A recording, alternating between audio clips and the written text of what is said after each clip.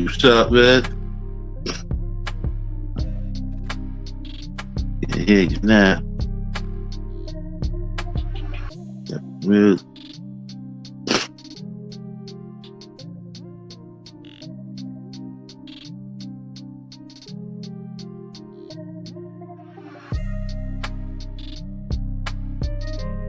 It's light right now.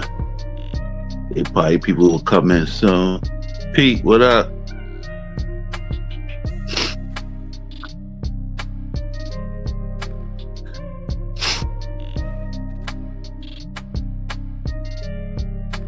We're done that.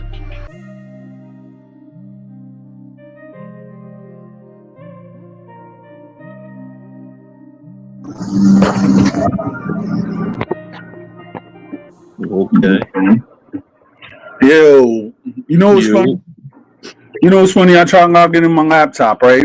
You know, I could speak and everything like that, but then I don't hear the other person. So I don't know what's going on with my Google Chrome. Yeah, you know, sometimes, well, what kind of computer laptop you got? I know sometimes some of that stuff. Yeah, I got it. Yeah, I got it.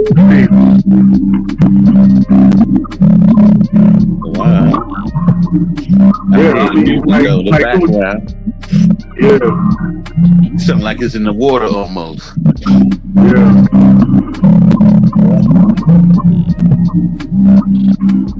Yeah, I did a Chrome update, but the thing is, though, it's like, I don't know.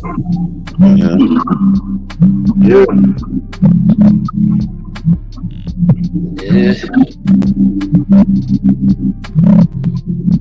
Yep, they got all this new stuff going on. I see they banning that app in America. Yeah, but then again, it's like, it's not really affecting me. It's going, you know. Yeah, not me either. It's not going to really affect me if you got VPN. Right. Yeah. Man, I already don't care too much for it though, because I kind of had messed up my algorithm. Right. You know what I'm saying? Following the wrong motherfuckers, you know. Nah, it's like for me, right? The other day, you know, talking with, so I was in this other guy's you know, I was like in the stream, right? Mm-hmm. So, you know, one of the guys who, you know, support the pale races, went up and was like, I went up, I was like, why don't you go and tell your boss this? You know, trolling him, right? Mm-hmm. The next thing you know, he went up and he was trying to say, the one who called himself Papa, he was saying that he defended my name and everything like that. I'm like, no, you didn't, bro. He probably was with him. Now, they don't be defending nobody, because soon homie say something follow him on the grid. Yeah, he went up and he was screaming like a woman. I went up and defended him with the boo-boos. I'm like, I just went up and I just bounced off that stream, because I'm like, yo, these dudes is on hembras, bro. Yeah. That shit is a cult. They don't defend nobody. Whatever he say, they follow. I mean, they don't got their mind on their own. I mean, it's funny, right? That a lot of people, they actually just on TikTok, they actually just need one female just because she has an opinion and she could debate better than anybody else, right? So shout out to the whole girl Anna, you know what I mean? Or AD. Yeah, shout out to my homie Lil Mean Dabber too. Yeah. I noticed that too. That stuff, man. A lot of them people, man, don't got nothing going on though. Cause you could go to sleep and wake up and they still be on that app. That's a little bunch. Because really though, when you think about it, be a whole bunch of broke people that talk about stuff like that all the time on the app. People don't make no money, man. Because if you really was doing something, you ain't gonna be thinking about that kind of stuff every day, you know? I mean, I say what I have to say, and it's funny because you have people in this cult, right? As soon as I went up and I uploaded my DNA results or whatever, they went up and was like, oh, you're a Batiste. I'm like, y'all people are just stupid.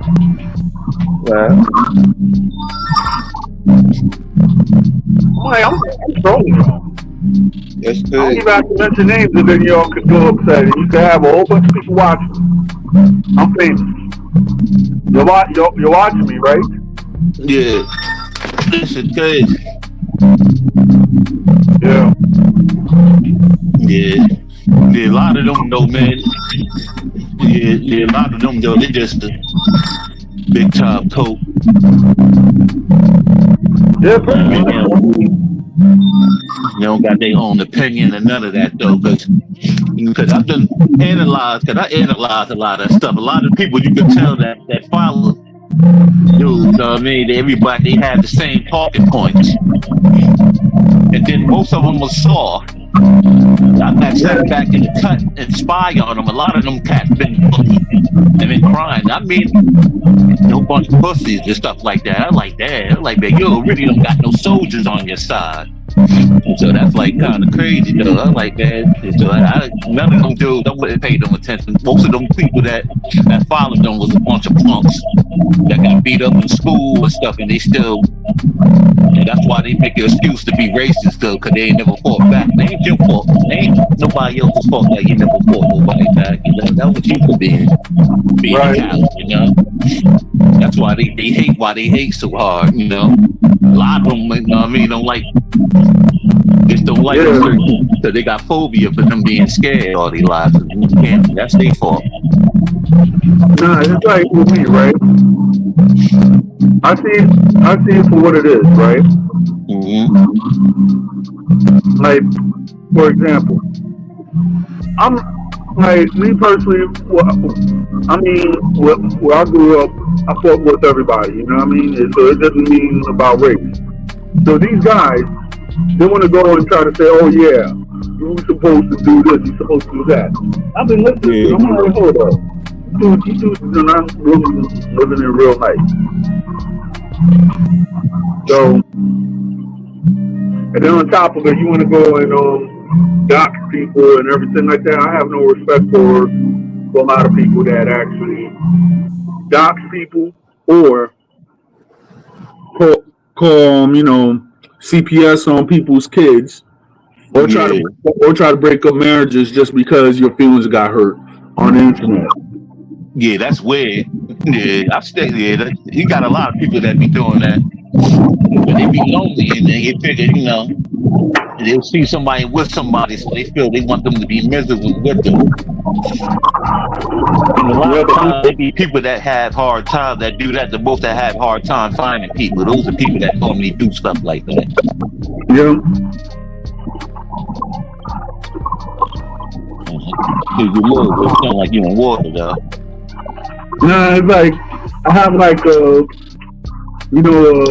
system right here and everything like that. So it's like it's blowing air or whatever. So therefore, it's like we're trying to keep in certain scents and stuff. So I'm actually making my basement and stuff like that. So maybe whenever I get my stuff developed, and then certain smells will be right there. You won't be hearing that. So right now, I just got a filtration system. So that's what you're hearing.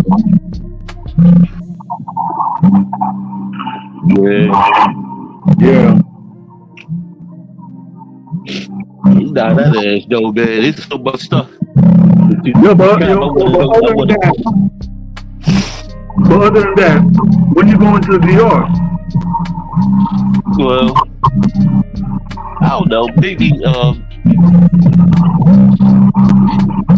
the DR, man, kind of some certain stuff that I don't like though about the DR now, man. What's happening though?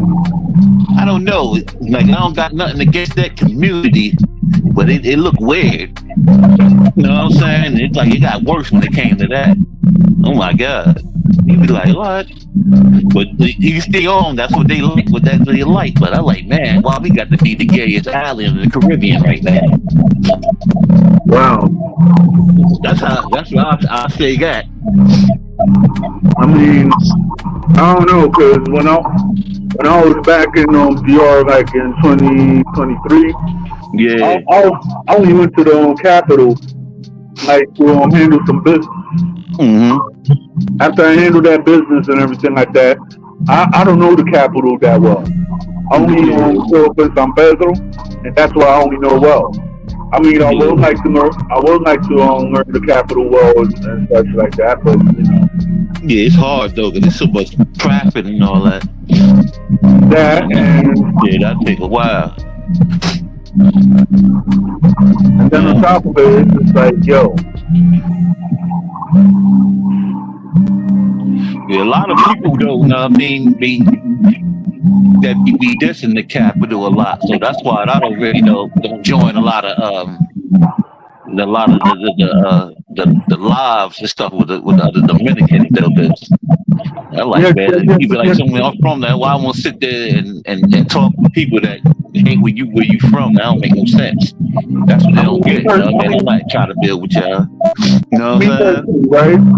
Like, yeah, that don't make no sense. Like they're doing something in DR, but the fact is they're really not. You know what I'm saying?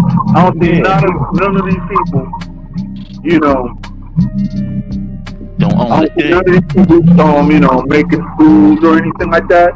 And me personally, as soon as I get up there, to the place that I want to, at least I want to actually make the school for our people in DR. Yeah. So at least if they go to somewhere else, they could be very educated, and education could actually make your own country grow. Yeah. I mean, it's better than what people think it is. A lot of stuff people watch on the internet is not what it is all the time. Yeah, I know, but I mean, it'd be a lot of lies and stuff like that. People be real smart down there. You got people that go to school for English. Yep. They got everything that they got in there. People driving nice cars. It got way better than back in the day. People be trying to make it like it's terrible. Ain't nobody ain't as bad like it used to be back in the days. Yeah. People that talk like that, they probably ain't been home forever, so they don't be knowing. You know what I'm saying? Or what's be funny is that, you're this, you're that. I'm like, really? It comes to this now? No. We got an immigration problem. That's it. Other than that, though, everybody they ain't doing that bad, you know. Yeah. The only people that's crying about it, though, they live in America, so they don't know what's going on, you know. No, it's like for me, right? Everybody say, like when it was the last presidential election, everybody wanted that woman Jadira to become president. It's like she's honestly a lot of these politicians. But when I listen to her, she sounds like she has like the same rhetoric. So I'm like, yeah. I don't think that she would have been good anyway, though, because she's an emotional wreck. And then I don't think she wouldn't do too good, though, because, they're not ready. They're not ready for a female president either, though, because I done seen a couple of stuff on her, though. She get too emotional, so that's not going to work. Yeah. Yeah, you don't need that. You don't need a president to be too emotional on certain things. Good to be passionate, though, but you get too emotional, man. That means that could be a problem, because soon people get in your feelings, man. You're going to make a mistake. Yeah. Just like the people on TikTok. Yeah. I was like, you know what? It's funny, right? When you have a whole bunch of people that you block, and then they'll be like, oh yeah, I went up and I defended his name. I'm like, no, you didn't. All you did was you went up and you changed your name, and just to find me like for maybe in the course of like maybe 3 to 5 months on TikTok, and I'm not really doing nothing. But yet, I went up and I made one statement, right? And one statement was, and people, you could tell that they're dumb, or they don't have like or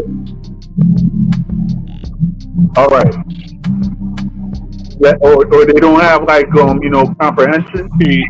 Yeah. I said most of you people I said Latinos. I didn't say Dominicans. I didn't say Ricans. I didn't say anything, right?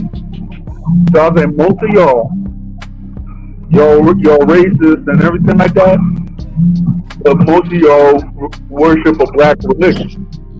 Yeah. So what I say is that, okay, it's not about Christianity that I was talking about.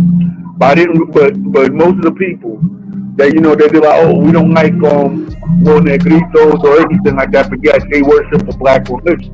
You get what I'm trying to say? So I'm not. Yeah. So I'm not saying what it is because I don't want to offend certain people of that faith stuff. But that's not my faith. Man, some of them people that shit that they like the girl popping right now. Shit, her father is a black man, a dark Dominican man at that too. Right. And then they play her music every day. And then I knew her pops though. I mean, they see her pops and they when they say they disrespect them, probably would have called them a Haitian like they do other people. Right. You know what I mean? And this girl that's popping right now, they play their music every day. Every other day you hear her music. Yo, Not even which people are we talking about? You talking about Amara La Negra? Not her. The young girl, the new girl that's popping. All right, so you talking about me, Smiley? Yalin. Yailin. Yeah. Yeah. Yeah, her father was a dark skinned man. Yeah. Yeah. Yeah, I'm sorry that her father passed while she was young. So Yeah, she is young. She ain't old. She's younger than me anyway. She young. I don't think that her father passed when she was young. Yeah. He passed when she was young. Yeah. He passed away when she was young. Yep. Yeah, he passed away when she was young. They from the capital too. I know. Yeah, family from the capital. Yeah. But it's funny though, they be all these people that be dissing the capital and they play the girl music all the time. Ain't that funny? Yeah, exactly. Like, man, won't y'all keep it all the way what it is then? I hate the capital so bad. Don't listen to nobody from the capital. Well, first of all, Ush. Yeah. I don't know if y'all can hear me. Ush. Oh, y'all can hear you. All right. DR is very different from every other country. People in DR could hate a certain area, and if they like a certain music, they're going to sponsor that artist to the death of them. So if they like her music, it doesn't matter that she's from the capital. They're going to hate the capital and still like her music. True. Yep. Yeah. That's a part of life, though. A lot of people do that, man. Like pretty much everywhere.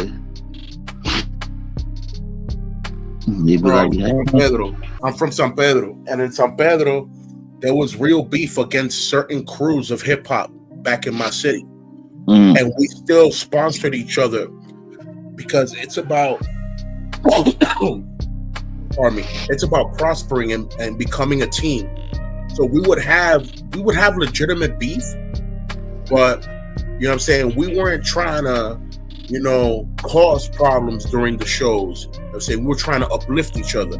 So the Dani Los Federales, they would clap for our team when our team would go. When our team was done doing a show, they would clap for our team. So we would do the same. We would clap for them when they were done. But there were times where people spoke a few words and brothers had to get punched. You know what I'm saying? And DR is very different from every other country, bro. We will show you the respect accordingly. You understand? Accordingly. If you act disrespectful, you're going to get it. If you don't act disrespectful, it's fine. And DR is the only place where enemies can sit down and drink coffee every day. And they enemies, they not friends, but they can sit down and drink coffee and not fight that day. Shit.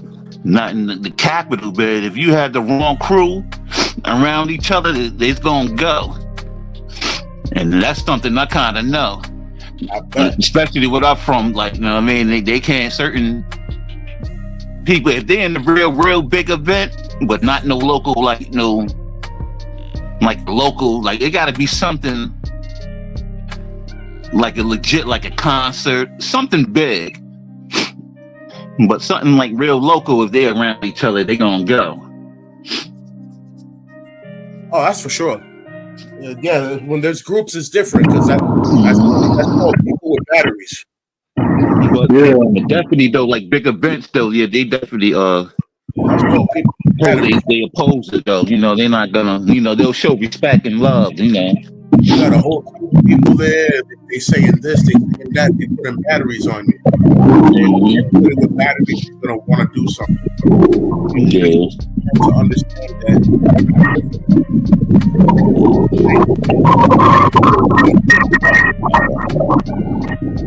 Yeah.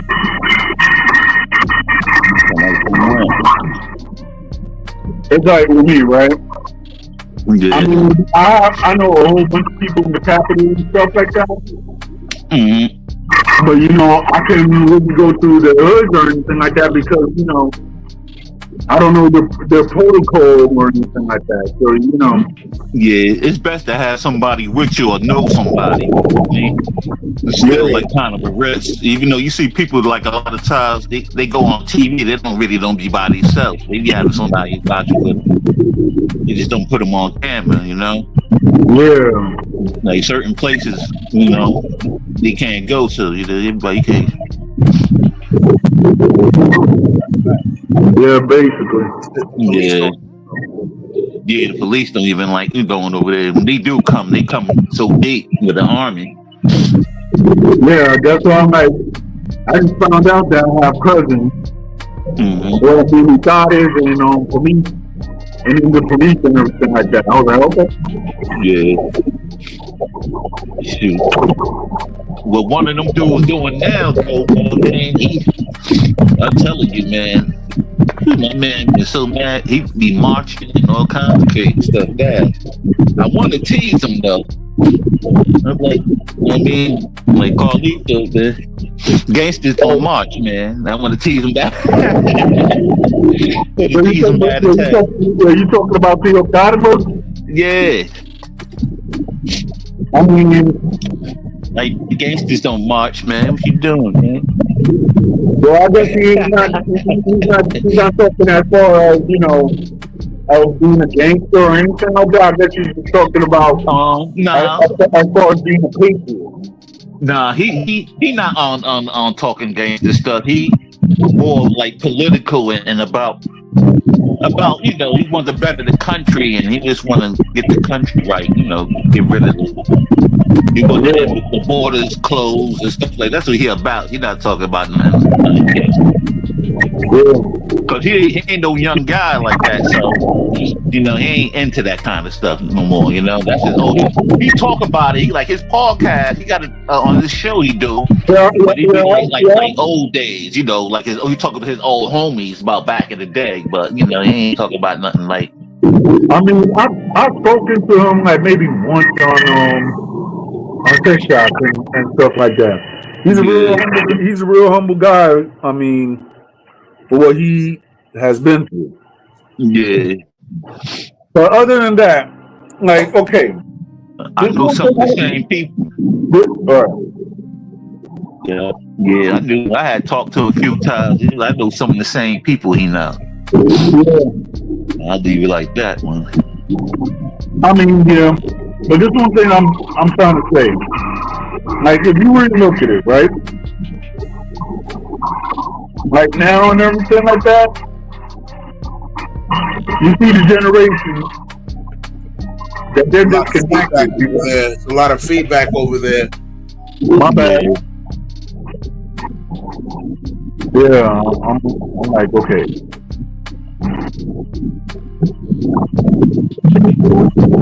Let's see. Did you try downloading Edge or Firefox? Because I know Chrome be acting up sometimes. Because the quality from a laptop from the phone is very different. Yeah, because I'm actually on my phone right now, so. I know. Yeah. That's what I was sounding like in the first few episodes. So I'm like, you know what? Let me get away. Let me see something. Man, then everybody, you know, the topic I got tired of hearing, man, the hip hop. Who invented hip hop? Man. I didn't. Yeah. Alright, so alright.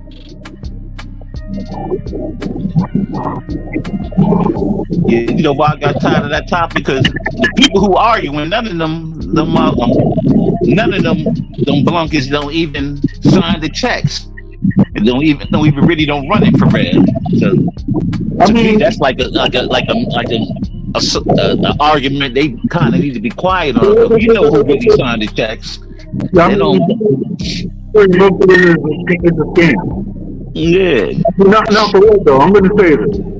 The FDA is a scam, which is headed by, even though he says that he's not a leader, that he couldn't see as a scam artist, as a known scam artist. And then he got Fat Joe that he wanted to go around and mention, and people go, oh yeah, he's picking up for us. Actually, he doesn't, because if you look at his business practices, he didn't even stick up the people or none of the people in the third spot. I don't understand why you have certain people, except for mine, you have certain people who are, you know, who are dead broke. You know what I'm trying to say? Yeah. That, like, for example, Remy Ma, when she's doing her stuff, right? But she might have had one album. But why is it that certain people that they want to propagate this, that, and the third? You got people who are still riding on Fat Joe. You got here. You good now? Yeah. You got people who are still riding with Fat Joe, and you know. Hell yeah, bro! I can hear you now. Yeah, right. You sound better now. Oh, all right. Earlier, you sounded like you was underwater. Yeah. I don't know, because I guess I am in I don't know. I mean, I can still hear the background, but I can hear you clear now. All right. Just 1 second. Shit. My thing with that top, the only thing is meaningless to me though, for the people who really own them companies, and I don't want to say, you know, who really own them companies, they don't sign them checks. You know what I mean? They just a face of these places. You know what I mean? Both groups. So that's why I think it's a silly thing for them going back to back. They're like, okay, y'all can probably create it, but y'all don't really control how y'all get paid though. And you know who signed them checks. That's my thing about that. 100%. That's why you know what I'm saying? That's why I said that's a meaningless. I'm looking at them, I'm like, man, ain't like y'all don't own Def Jam and Universal and all these places and stuff like that, really. That's why I got no comment for that. Yeah, that's why I always looked at it like it was a meaningless. That's why I ain't never joined that conversation either. It's silly to me, you know what I mean? I remember they said one time that Def Jam belonged to one person, and then the Def Jam belonged to another person. I'm like, what are they doing? Playing craps? Right. All right. So yeah. They playing Ring Around the Rosie and stuff with the labels. They throwing dice for the company. Like, oh yeah, head cracker. Let me get that. Yo, I was like, okay. So at first I had the Chrome and everything like that, but then for some reason, and everything was sounding good, but yet there was certain stuff that I couldn't hear y'all or anything like that. I was like, okay, let me see what's on the phone. I was like, y'all talking. I was like, crap. How the heck I'm not hearing y'all? But now I downloaded on Firefox. I'm like, okay. Yeah, I can hear you good. See, and I could raise the volume on my computer because I had to keep it low because your voice was doing the feedback on my computer. I'm like, oh boy. Yeah, that was the cell and everything like that. So you know, it's okay. You know, you know what I like about being human? I'm not saying that we're justified, but the fact that we're human, we're prone to errors. Errors happen. Yep. Yeah. So that's the beautiful part about being human. If you committed an error, you could thank God that you're still human, that you're not a program, you're not a robot. Perfection is fine. Everyone seeks perfection, but honestly, when you make an error, it's a reality check of, I'm human. Thank God I'm still human. I still have a heart. I still have a brain. I still mess up. I can still progress. I can still better myself. All right. So let's go and talk about the topic then. Let's go. All right.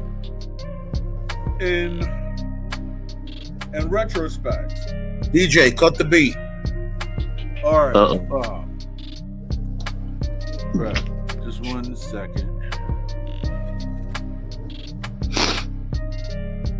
Yeah.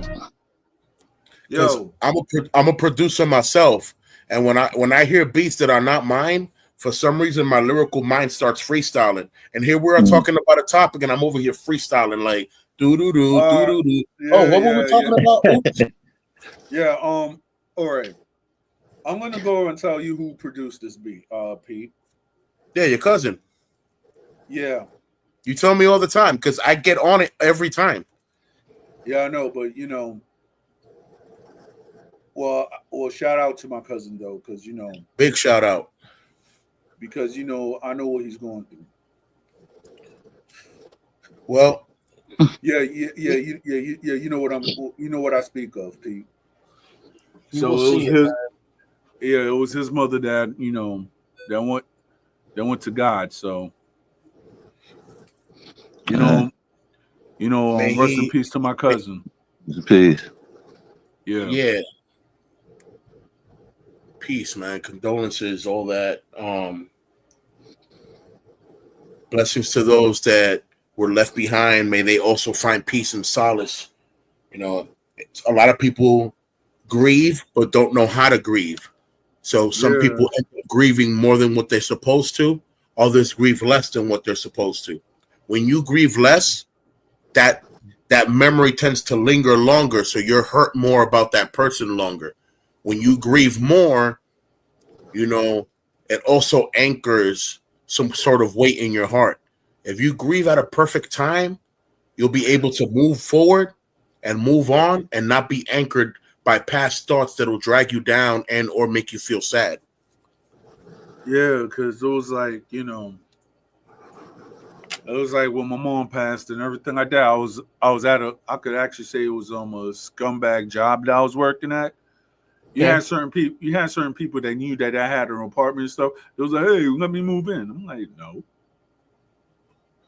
I mean, it's just retrospect that you have certain people that there's like, I need a place to live and everything like that. I'm like, no. And then it's like and then it's like now, I don't know what the culture is and everything like that, but I hear that in certain places like in NYC now, people have roommates or something like that. I'm like, no. Yeah. So yeah. Yeah, it just you ain't in New York. You ain't missing nothing. They just still weird out there, pretty much. I mean, I was out there like this past November, but the thing is though, whenever I'm in New York, I only have to stay in like a certain time, and then I have to bounce. Because it was like, okay, I was there in the first of November. I was there like in the beginning of November for a friend's party, and then I just took and it was at night, so I was chilling and everything like that. But I had to go right away to Philadelphia, so I went up and I chilled the time, let my friend's presence be known and stuff. But then I had to go back because did a couple of hours. Those two cities is dumb. Yeah, it's dumb. So. After a while, my thing is that since I'm since I don't drive or anything like that, if I drove, I could actually spend a couple hours and stuff, but I don't know how to drive. So I guess I'm gonna tackle that this year. So with that said, I just it's like to the point that now in Philadelphia, that, like, say if you want to take that you're better off just taking Amtrak because Greyhound and all those other companies, they went up and they shut down a little bit. The train depot, which was actually on Gilbert, and then they closed that down. So therefore, everybody had to go and wait for Spring Street. So my thing is that I'm thinking as a logical person, right? You have a stop right there, and then it's cold outside and everything like that. Nobody wants to be waiting outside in the cold for a bus. You're better off just taking the train. Right. Yeah. Yeah, because I remember. Yeah, because you could take the New Jersey Transit too, I guess, up there, and connect to. If you could get the Penn Station, and then you can connect to the other little, because they got another train that take you straight to the city. Yeah, I mean, you get the Penn Station. Yeah, I went up and I took the path with my wife when I had to visit my sister. So when I actually took that, it was, even though it was 2 hours, even though I wish it could have been faster, but I could actually say that it's a good ride. I could actually say that. But all right, about the martial arts. Now, let's see. All right. So I'm just trying to see. I think this year, if I do go to Dominican Republic, I want to find like scenic locations for like if we have to make this martial arts movie in the Dominican Republic. So I guess this year I'm gonna try to reach out to the masters and everything like that. Yeah. To see like, okay, so they could actually be martial art choreographers and stuff like that, because we have like in the Dominican Republic we have every type of movie, but we do not have a martial art movie or action or a good action movie. Right. So I'm like, I think we have to do something about that. What's your thoughts about that, Senpai? I mean, we've spoken about this. This is what we're trying to do. Exactly. So as we were talking and everything like that, and we was talking about a project that that doesn't really align with our belief system. So next thing I'm thinking is like either we might have to get a Sony, or is either Sony or what's the other joint called, or Nikon. So I'm going to try to see if I could get one of those. If I do get one of these cameras and try to get maybe the Rokinon lens, we might make it on and popping. Oh yeah. Shout out to my homie Reese from Philly, the Red Dragon. I mean, he's been one of the day one supporters. He also makes beats. That's what's up. Yeah. Yeah, that'll be dope though. You be on ground talking to the different masters and stuff. Yeah. Right. Around the town and stuff like that. And then you actually will find out some history. I mean, yes, because around like we've been blessed with the presence of Maestro Twin. He's been on here for 2 times. And he's a very pleasant person to talk to. And and hopefully if I make my way to New York and meet with Pete, as soon as I get everything done, we might just do an on-site interview. But that would be cool. That's facts. So talking about the Dominican links and everything like that, I did add on my Facebook Maestro Apolinar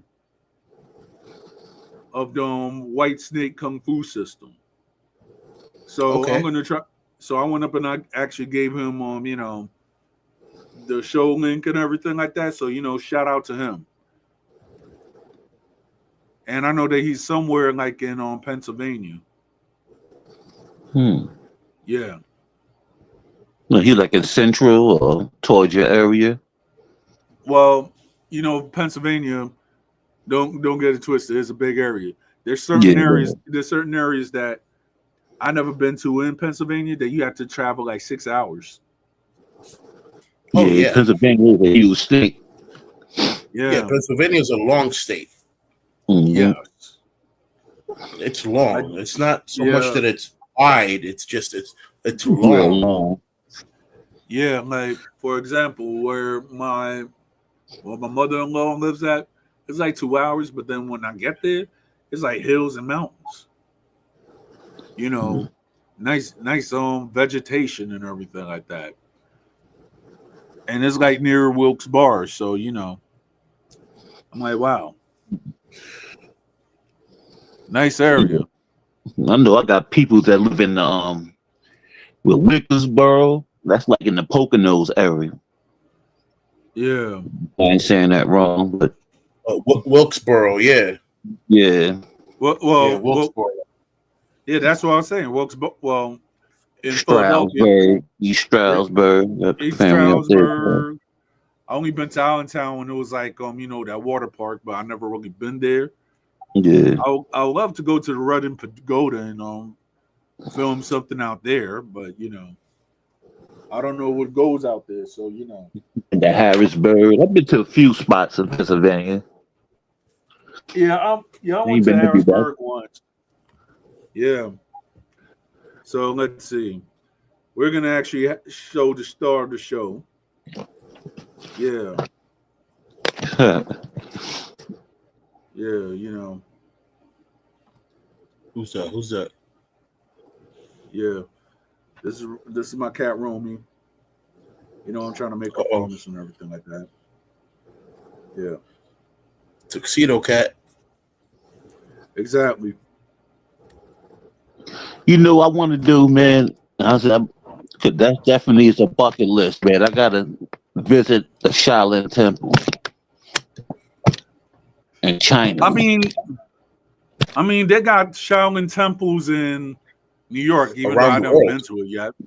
Yeah, but I want to go to the authentic, the one in China.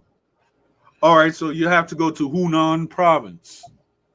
I have to stop you for 1 second. For 1 second. All right. Not that you want to go to an authentic. You want to go to a traditional, original Buddhist temple. Because if you call these people not authentic when they came from that motherland to take that to where it is now, it's kind of like a disrespect to them. Right. So I was like, wait, hold that horse for 1 second. What he meant to say was he wants to go to the motherland because he wants to experience the purity at its purity. Facts. Yeah, I got your back, bro. I got your back. Yep, I got your back. We good. Yep. That's exactly what I really meant. Nothing but positive over here. Yeah. Nothing but positive over here. I definitely want to visit back, Japan, mainland, and Okinawa to get centered back in my roots. You know what I'm saying? Of what was Kyokushin, what was Seido, you know what I'm saying? What was Wado Ryu, Goju Ryu, Shinjin Ryu. You know what I'm saying? I want to get back to the true essence of what they were studying it and how they were studying it, as opposed to, these sports systems that you got going on now. All they really want to do is, represent the sport. They're not representing the style, if I get myself straight. Right, the style, and it's like a culture to it. Yes. Yeah. Yes. Yes, because that's what I want to get looking on the. Yep. I was actually looking on the internet right now. They were saying that that they do have a Shaolin temple in Hong Kong. I was like, wow. I was like, That's one thing to look at. Yeah. And then they just opened a new Shaolin temple. Well, apparently by legends, there was supposed to be like the old Shaolin Temple, the southern Shaolin Temple, and then there was the northern Shaolin Temple. So those, so to me, I guess the southern styles that had to they had to come from somewhere.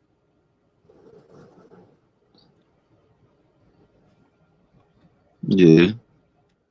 Yeah, and then it's Definitely not like a kung fu. I'm definitely not a kung fu expert. All I know is I have about maybe some 200, maybe 500 hours of kung fu under my belt. But I don't know. I don't know anything about kung fu except the fact that kung fu inspired karate. That's all I right, know. Yeah. right. So shout out to Everything else is muscle memory. yeah, Snake style, mantis, bear, panther, monkey. Everything else is just muscle memory. My body knows what it's doing when it moves, but I don't remember any of the poses per se, the names of them. I just remember how it flows. The body knows. Right, like the crane style, tiger, and Right. different flows. 12 animal form. Yeah. The 12 animal form of Li Ban Wan.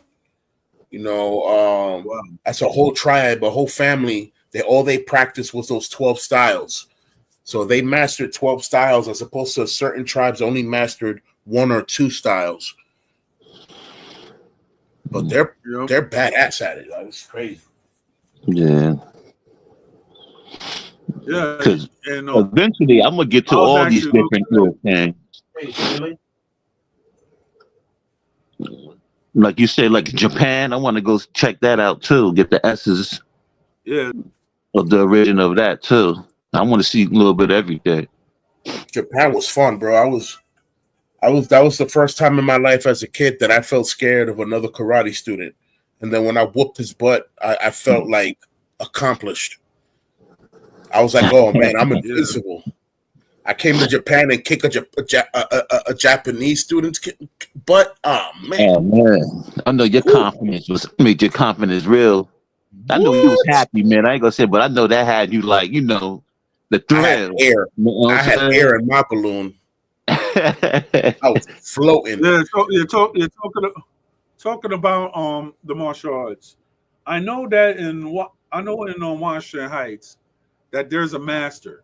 Now, when I used to live in the Bronx, right? The master does security. So the master who does security and everything like that, he was telling me that, oh yeah, I got dudes in my school that they go over to Asian to kick butt. I was like, what?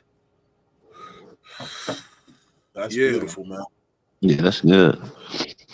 Yeah, and he's the master of the Taekwondo school in 181st. I forgot his name. I don't know. Yeah. That's what's up. And then shout out to my boy Sombra.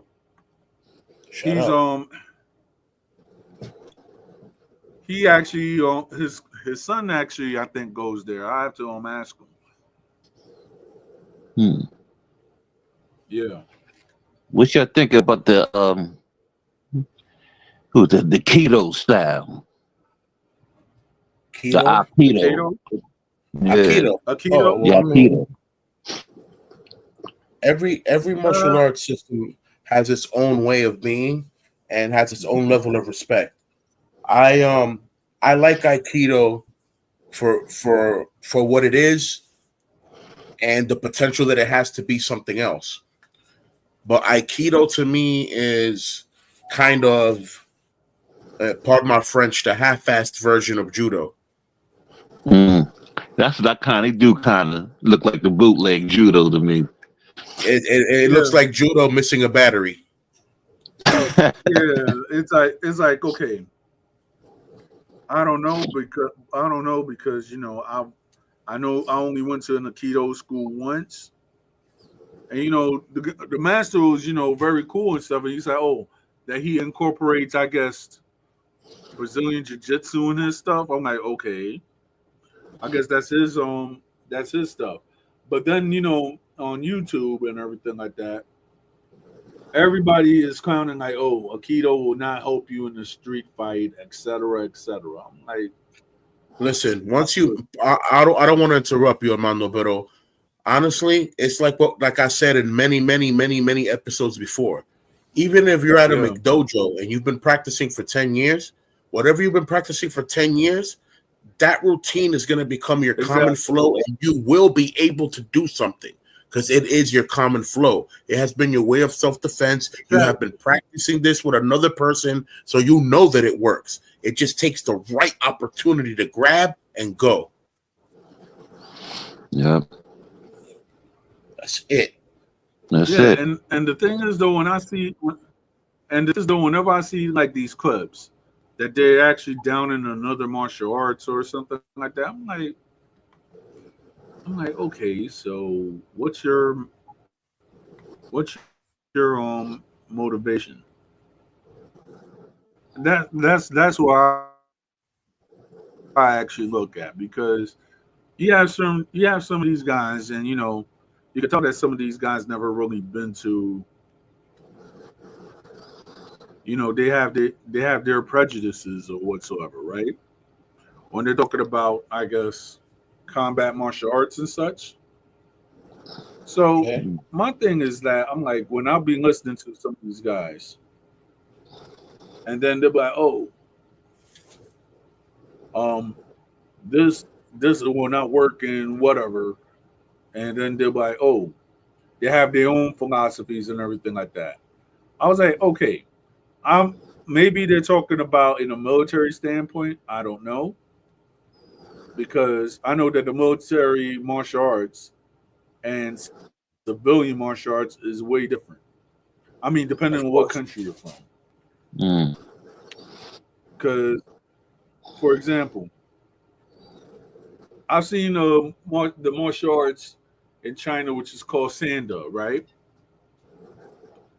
And that martial arts, they say, is like a combination of how should I say? I guess some of the effective Chinese martial arts, and they combined it into one. I'm like, okay. And then when I was actually watching this series or whatever, I was actually surprised, because there was like, oh, this is the like look at the leg strength and everything like that, because they went to the Shaolin Temple, and there was interviewing somebody with the Sanda who was that they were actually performing, Shaolin Kung Fu and the Sanda style. I was like, well, okay. Yeah. Yeah. A lot of times, though, like Pete said, a lot of people that practice, though, and they been doing it all their life, man, they do a lot of damage. I done seen people got done real quick and real fast. Yes, but then I have a dumb martial arts question, and I call it dumb because I know the answer, but it's a dumb martial arts question because it's something that it's mathematically incorrect, and this is why you can't incorporate normal logic. So when it comes down to things like this, I got 2 yellow belts, right? Which one of my yellow belts is stronger? Do you see how that's a dumb question? Yeah. That's a dumb question. Which one of my yellow belts is stronger? This is the dumb question. Now, here's the answer to that. The yellow belt that comes to the dojo 4 and 5 times out of the week is going to kick this yellow belt's butt that only comes to the dojo 2 and 3 times a week. Right. So who's stronger? So who's stronger? The one that has the more hours. Yep. More practice, more discipline. We could all have the same color belt, but it's about the hours that you put in experience in that belt. Like in the military, they'll give you 2,000 hours of martial arts and you come out of second dan black belt. Yeah. But bro, it's gruesome. It's brutal. It's non-stop training, practice, physical training, exercise, run back, take a shower, go eat. Let's go back out. Let's go run. Physical training. Another 5 hours of martial arts. What is going on over here? Preparing you for war, man. That's what's going on. Yeah. It's wild, man. It's like really wild. And that's something that I thought about something though, man. I wonder what a lot of these places, the United States, what a lot of countries they do is they actually get rid of the weapons and go back to combat with hands. Oh, our hand-to-hand combat that would be nice, right? Our hand-to-hand combat is gruesome. That we're would be ready nice. to disarm somebody and use their arm against them. Like our hand-to-hand is tight. We want to make sure that not only we defend ourselves, we want to make sure that we're able to defend somebody else as well with empty hands. You know what I'm saying? Like it's a possibility that you might get hurt just like anything else, but with proper training comes proper conditioning and a proper response to whatever threat it is. You know, so sometimes you just got to get busy.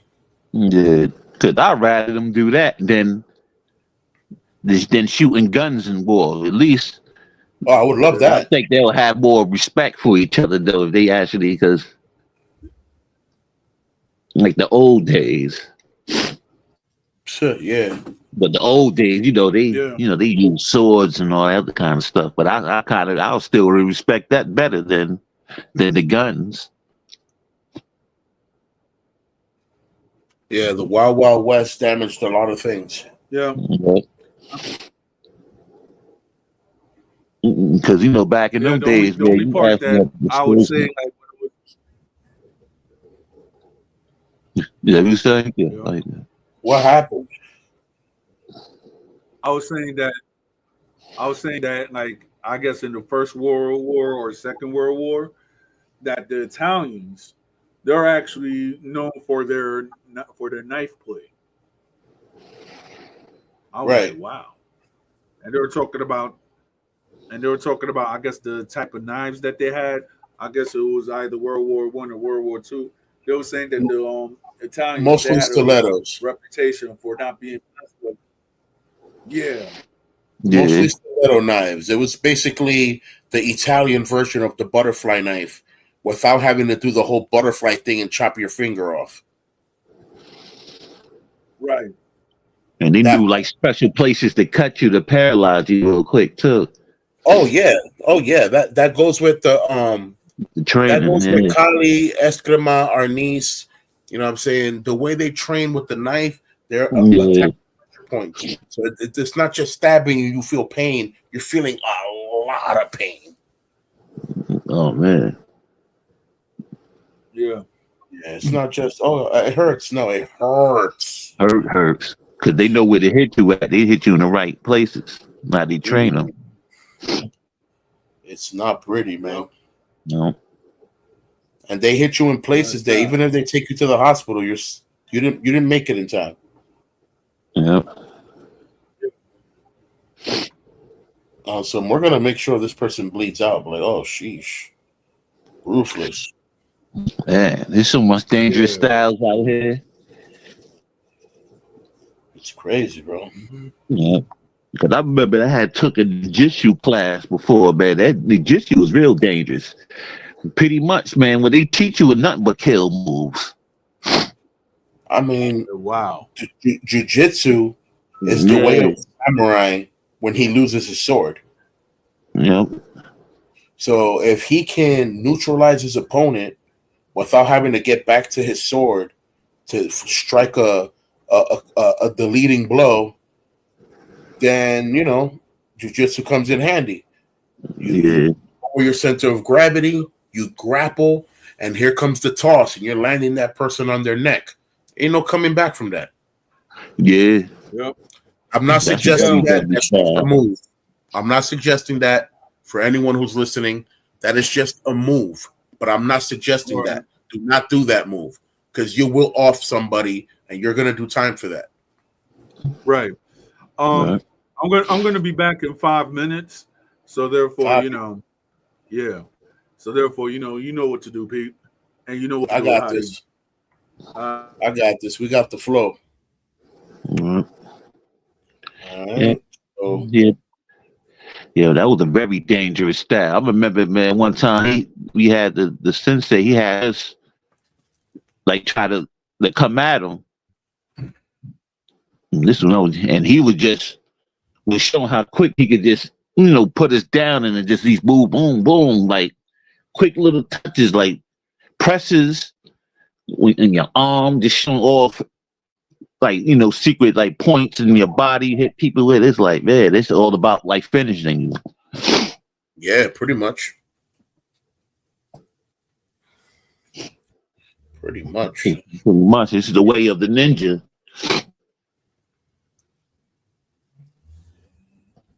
And this guy. Yeah, jiu-jitsu is the more the way of the samurai, the samurai's way of fighting when he loses his sword or saying doesn't have access to a weapon, uses his body because it's back then these people, these warriors, they walked around with a certain armor and this armor was heavy. Yeah. So these jiu-jitsu moves, a lot of them were very, sacrifice move where, you're throwing your body on top of your opponent, all that weight is falling on them, but all that weight is also falling on you. So this was the importance of keeping up to date with a healthy body, training with your armor on so that your body's used to it.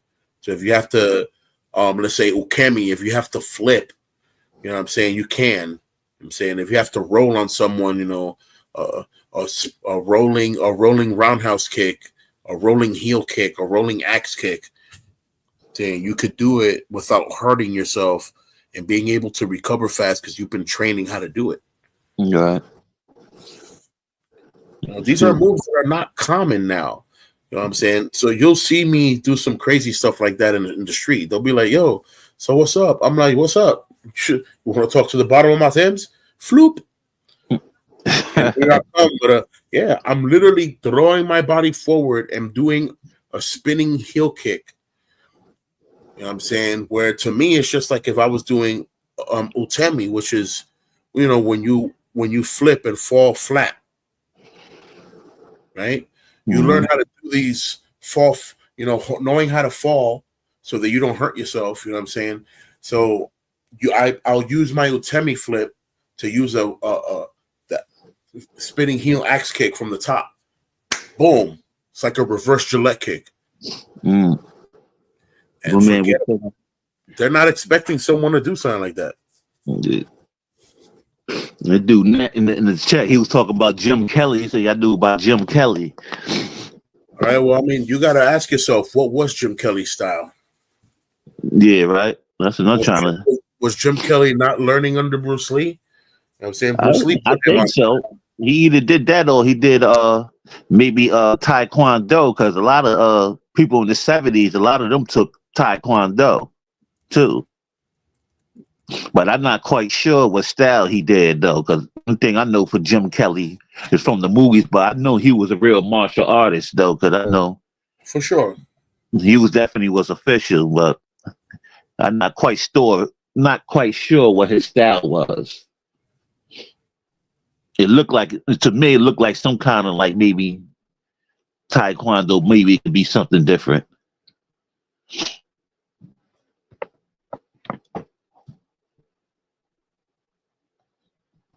Because I know at one point, though, I heard the history. I think that at one point that was like one of the only styles that first came. I'm pretty sure they had other stuff though, but I mean, listen, I didn't know any better until not long ago, because Master Twin, who's one of the headmasters for San Pedro when it comes to karate, he was the one that explained to me that Taekwondo was the name that they came up to unite the 5 families that were practicing different types of karate. Right? So when they became one family, they became Taekwondo. But Taekwondo is a form of karate. I thought Taekwondo was its own form for some reason. It's like a form, yeah. And I knew people that do that style. My boy Jay, I used to hang out there. He was pretty nice in that. Take that sweater off. My son came to say goodnight to me with a sweater full of hot chocolate. I'm like, nah, bro, you ain't hugging me like that. We ain't doing that. Take that sweater off. Go wash your face and go to bed. You got school tomorrow. Yeah, bro. I'm actually doing a quick online search of Jim Kelly and what his style was. Yeah, because a lot of them guys do martial arts for real. The dude Bruce Leroy, a lot of them, you know, and because I seen it on like a documentary, you know, I thought, and that was like, okay, these guys was real martial artists. A lot of them, Bolo and all these guys, they really, Bolo, they really knew what they was doing, you know. Back in these days. Sheesh, this guy came out in every other movie when it came down to Bruce Lee, huh? Jim Kelly? Yeah. Because I know he got a couple of movies on it. I think he got some movies on his own too. Bro, I'm watching. I see the filmography here, and it's from 1972 all the way to 2019. Oh wow! I'm like, wow, bro. Like he got long. His history long. Right. Yes. He got an over 40-year history, easy. Mm-hmm. All right, here we go. It says Kelly began his martial arts career under the tutelage of Sin Quan Te in Shaolin-do. That was in Kentucky. He trained in Okinawan karate under the director Parker Shelton, Peyton, and Devosela. Kelly also became a decorated world karate champion in the sports in the 70s and 71. He won 4 prestigious championships. The world middleweight karate title in 71 in Long Beach. That's pretty cool. All right, so this man is a mix of Kung Fu meets karate. Okay. Yeah, so basically he might have been like is that guy still living? I have to no, I know that Jim Kelly passed away. But the other guy that I was thinking about is Van Cleef. Sam Cootie. Yeah, he happened to be the master of Oh, you talk about of Bruce Lee. Hangman. You talking about Hangman from the Enter the Dragon, the master from the Enter the Dragon? Let me see. I don't know if he was right there. Because I know a lot of them guys, though, they probably, because they old now, you know. Right. They need a lot of them guys in their 80s and stuff like that. Yeah.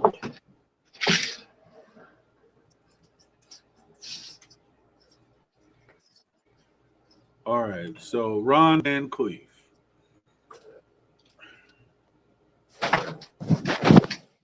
Let me see. Look up some of these guys. So they say that Ron Van Cleef is an American martial artist and actor in Hollywood and the Hong Kong action films.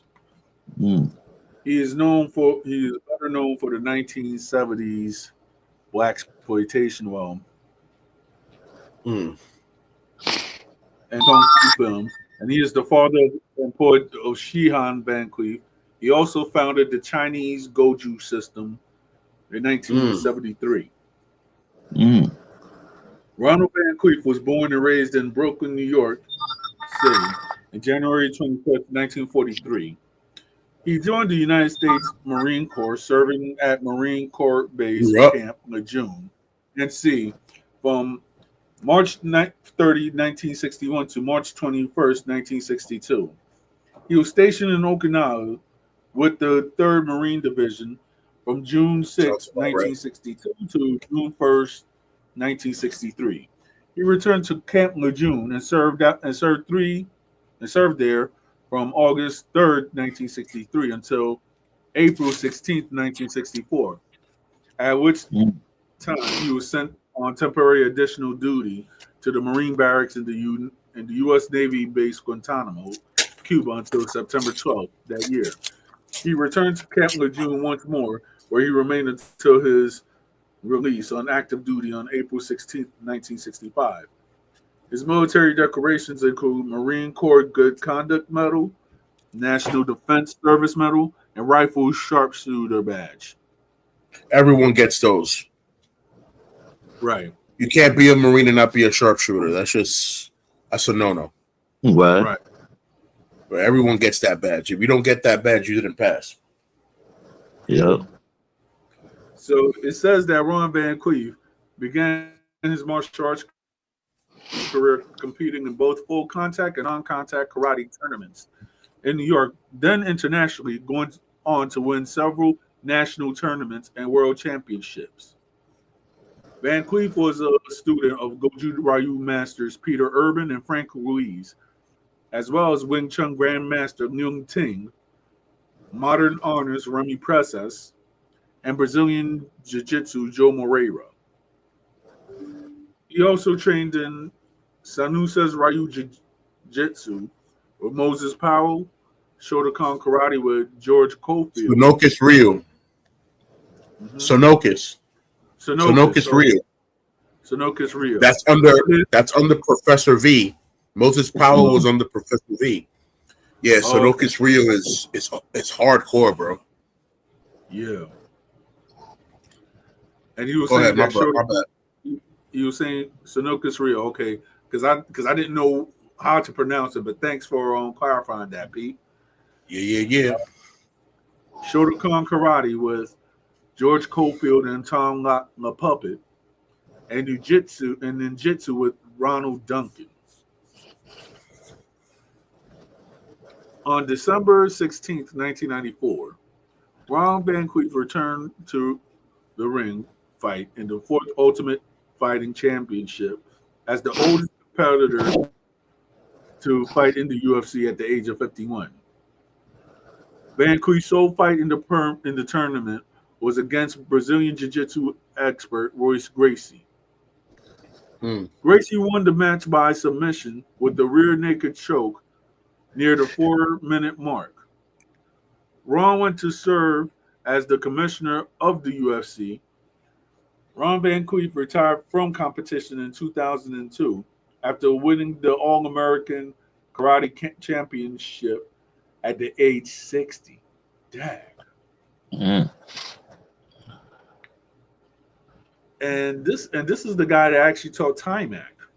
You know, as if you actually look on my community tab on my YouTube, I actually was graced like in 2009 to meet Timac. And people was like, yo, how did you pull that off? I was like, it was like my ex. She liked the movie Enter the Dragon. Well, I don't know what it Barry Gordy, The Last Dragon. And she was like, oh, Timac is right there. I was like, okay. It's like, well, he looked different. I was like, what'd you expect? He was he was almost a teenager when growing into a man when he actually got that role. So one thing I gotta say is that, you know, when I was speaking and everything like that, you know, he's a very cool dude. Actually, on one of my own Facebooks. I'm sitting here looking up Bolo. I ain't knew Bolo practice Tai Chi and Wing Chun. Oh yeah. I mean, they said that he actually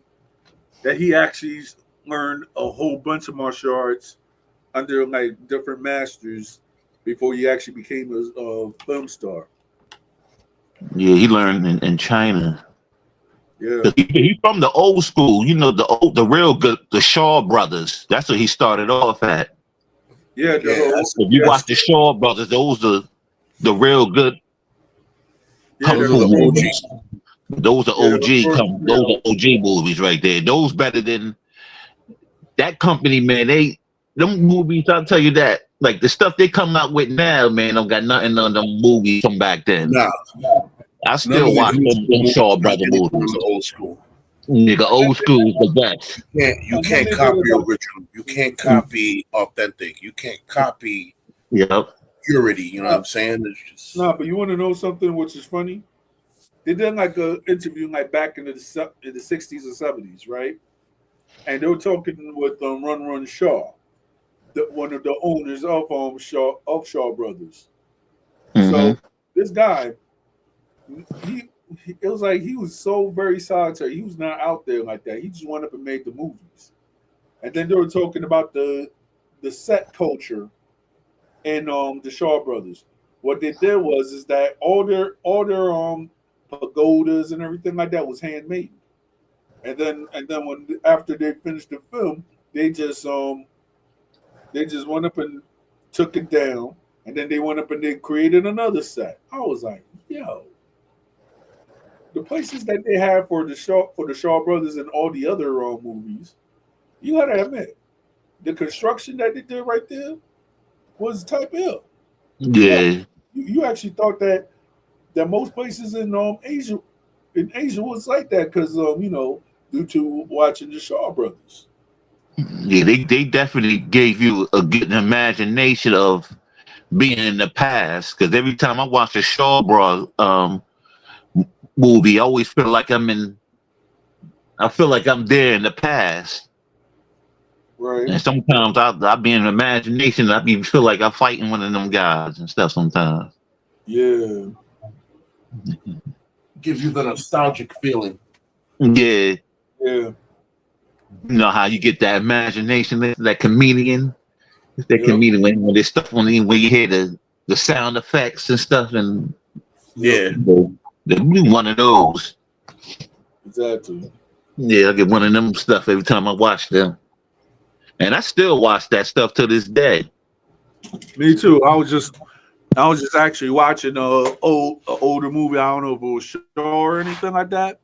But I was watching an old kung fu movie with my wife, and she was like, "Yo, you finished it?" I'm like, "Yo, babe, just watch."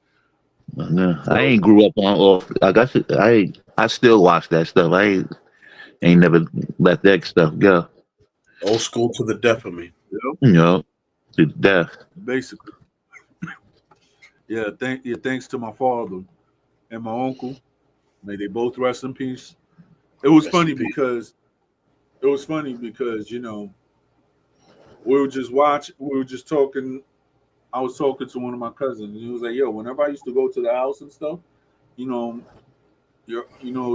he always used to watch that." I was like, no wonder where my pops got it from. I was like, wow.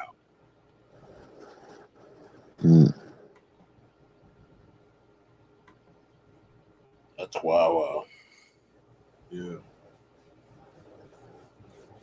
Yeah, that's you can't beat that. These stuff is a classic. Exactly. Yeah. They definitely ain't nobody like. All this time I've been alive, there ain't nobody ain't outdo the old school yet. Nah, I mean, if you actually look at it, it's like a different direction. It's like different direction, and most of the people who is of that caliber, they either passed on, or technology took over. Which I guess I'm looking at the age on the Shaw Brothers, they pretty old. Yeah. Which they think wireproof. Because at first when me and my dad used to watch it when it was like in the beginning of wireproof, my dad but then after a while he said, man, turn that off. I was like, how come? He was like, nah, I like the original joint. I was like, okay. No. Yeah, the old Steven Seagal movies, man, used to be so bootleg and funny to me, though. We should think and feel about Steven Seagal, especially when he I can't fought really on. say that because I'm not a martial arts expert, but from podcasts and everything like that, I kid you not, bro. There's a guy on YouTube that makes fun of every Steven Seagal movie known to man, and it is funny. Okay, he makes fun of the movies that are old, new, and the straight to DVD joints, and they're like, oh, so this is Steven Seagal, and then the guy that played Ryu, I was like, and Ryu right here, and he just breaks down the movie and everything like that. He was like, oh, this is that and the third.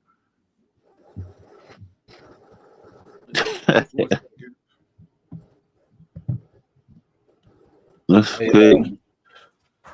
I personally don't have nothing to say in reference to Mr. Seagal, just for the fact that he may have had a phony baloney start, but his finish was very strong. He was the first American to open a Japanese dojo in Japan. That is very ballsy. And obviously he was able to do it because the person that he had as a companion was a daughter of, a grandmaster, you know what I'm saying, and all that good stuff. So he was able to tap on another person's honor to be able to do his own thing, and it worked out for him. Yeah, it's like, I don't know, with Steven Seagal, it's like, okay, me personally, a lot of people, who are skeptics are trying to say, oh yeah, the only and there's a lot of people who don't like Steven Seagal anyway because of his politics or whatever. So one thing I was actually listening to was like, oh, the only reason that you see that Steven Seagal is actually promoting or being friends with Putin is because he has tax problems here in the United States. I was like, geez, let the man live. Right. I'm like, it was even to the point that when Steven Seagal actually had like a show, you had certain people that was like, yo, I don't like to do crime. It was like, I was like, what? It's like, yeah, man. Like, think about it. You're getting arrested by Steven Seagal. Like, you could get, like, while you sitting in the jail cell, you could get an autograph. I was like, I'm like, really? Yeah, I'm gonna tell you like this, man. The people that worked as stunt doubles around Steven Seagal would say that he didn't know how to hold back. Like, he knows he's hitting a stunt man, he would hit him full fledged. I'm saying, like, bro, you're supposed to choreograph. You hitting them for real, huh? Yeah, hit them at 3% of your energy, not full fledged 9-10%. Like, you bugging. Yeah. Yeah. I'm pretty sure, man, Steve, if that was the case, I know he's pretty sure he probably hurt a couple of his stunt doubles. Of course. I mean, because albeit, Steven Seagal is not only, an Aikido expert. He's a karate expert too. Of course. And knows Kung Fu. Yeah. And he just wants to live the Bushido way. And he, like I said, he may have had a flimsy start or a not so believable, Mr. Seagal, whatever. Right. His finish was strong. And he's a man of honor right now in Japan. The people don't just show him respect because he was on TV. The people show him respect because he's an instructor. He shows people how to defend themselves. And that's something that gives you honor amongst the community. Yeah. And don't forget that's something that you can't take from that man. Nope. And he has children who are actually good martial arts actors as well. I think this is like one of his sons. I saw in I saw him like in martial arts in a ninja movie, and he actually did his thing. I was like, wow, okay. Wasn't one of his sons one of the kids from the Three Ninjas? No. Yeah, I remember. Yeah, one of the kids. Yeah, wasn't that one of Steven Seagal's sons? I think I don't. I'm trying to think. I don't know. That's one of his sons, or he trained him. Let me see. Three ninjas. All right. Check that out now. Yeah. Wow, the information age, bro. Like we could just look that up ourselves. Like, hey, hello. Yeah, right. That's wild, bro. Before, right, so 10, 15 years ago, brothers had to go to the library and study on this stuff and then bring it to the show. Now you can just sit at the show and study from the show. Show from the show and look at it real quick. It's like you have to write everything in notes. Yeah, so Samuel Rocky Douglas Jr., portrayed by Michael Trenner, and Sean Fox and Matthew Bouthius, I guess. And there was like, all right, the oldest brother, and then Jeffrey Colt, which is by Max Elliott Slade and Michael Olaski. All right. And Michael Tum Tum Douglas, which is the second person was Evan Bonifant, and the other person and the other actor, I guess when they were older, was James Paul Roski II at Three Ninjas High Noon at Mega Mountain. So I guess that's not Steven Seagal's children in that. So let me see if he has a movie. All right. They old enough to be his kids though, but yeah. They know. Them guys better in their 40s and stuff though now. Well, I got for the 3 Ninjas, yeah.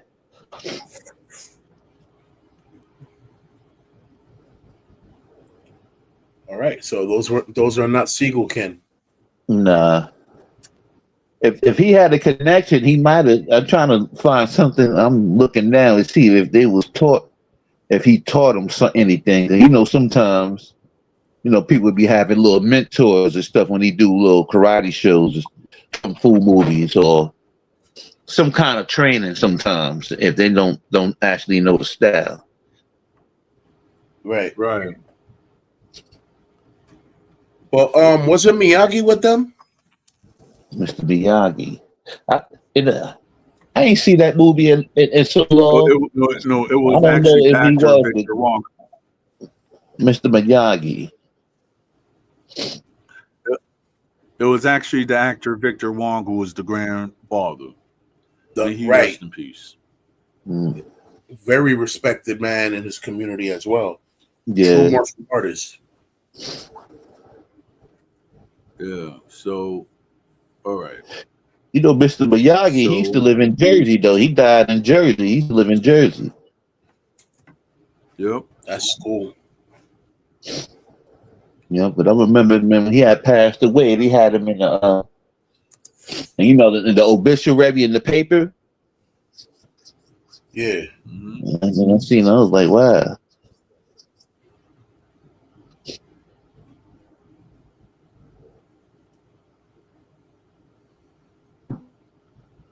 That's what it is. All right. Yeah. All right. Let's see. See, I like.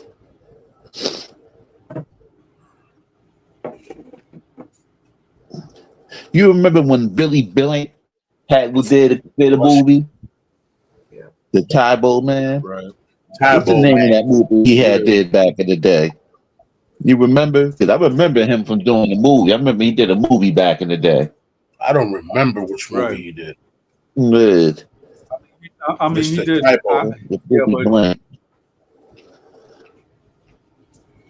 All right, so they made fun of him a lot too, but I know he. Bless you. Yeah.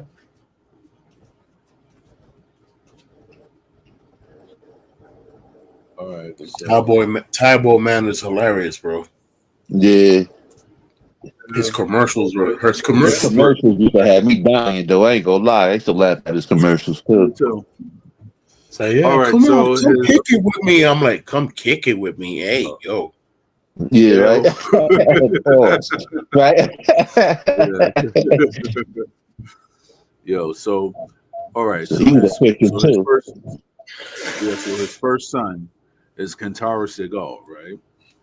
And his daughter is Ayako Fujitani. So Segal left Miyako to move back to the United States. During this time, he met actress and model Kelly LeBrock, who he began an affair that led to Fujitani granted him a divorce. Segal was briefly married to Adrienne LaRussa in 1984, but that marriage was annulled the same year over concerns that his divorce had not been finalized. LeBrock gave birth to Segal's daughter, Annalisa, in early 1987.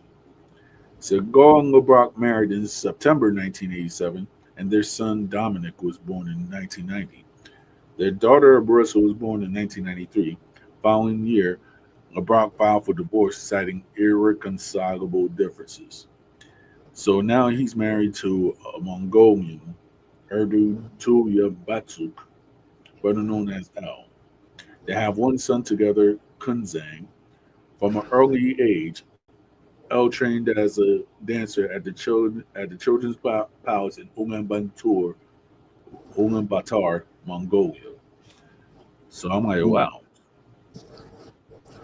That's something a lot of people don't know about going to other countries and settling down and getting married or remarried. They don't really do that paperwork research on you. No, you don't. So if you are married in the United States, now you're married in Japan, you're married in Brazil, you're married in France. Ain't nobody doing no Interpol search on you. You know what I'm saying? Like, it's weird. They really don't care. Them other places don't care. They don't. I mean, talking about Africa, right? And you know, everything there was a man that had like 67 wives, and I guess since he was Islamic, he had certain people that were trying to tell him like you married too much and everything like that. I'm like, okay, you married too much. Can you really tell a polygamist he married too much? He's gonna look at you like if you said the sky was purple. Right. Yeah. Like, did you just say I have 100 heads? I'm like, dude has 67 wives though. I'm like, oh yeah, dude don't even look rich. I don't want to know. Because he wants to form a tribe called Quest. Are you serious? 67 wives. Let's wealthy. Let's do natural math. 67 wives. Let's say out of the 67, 60 of them give birth to kids. That's 60 kids. Each one of your kids goes and has two. That's 120 grandkids. Each one of those kids have two again. Now that's 240 great grandkids. You already have a whole village of people. Yeah, his generation ain't going nowhere no time soon. Yo, those facts scared the phone out of my wife's hand. Like, she said, "What? That's a lot of people." If he had them many wives, he definitely was wealthy. He was Mansa Musa and yeah, because them coaches though, when you see them people with them many wives, they not poor. They won't let you marry another wife unless you can maintain her. Yep, as long as you can take care of them, you can have them. Then some of them places, sometimes some of them guys, it might not always be Islamic. Some of that stuff be tribal sometimes. Like, you know, I'll give you like 10 goats or 10 cows for your girl. You want my daughter? You bring 3 cows, 5 goats, 10 chicken. Yep. Cow is very expensive. So to bring 2 cows, yeah, you're definitely some type of man of honor. Yeah. This guy, I actually saw the video. Now they have videos in section. Man with 10 wives, 98 children, and 568 grandchildren. Okay.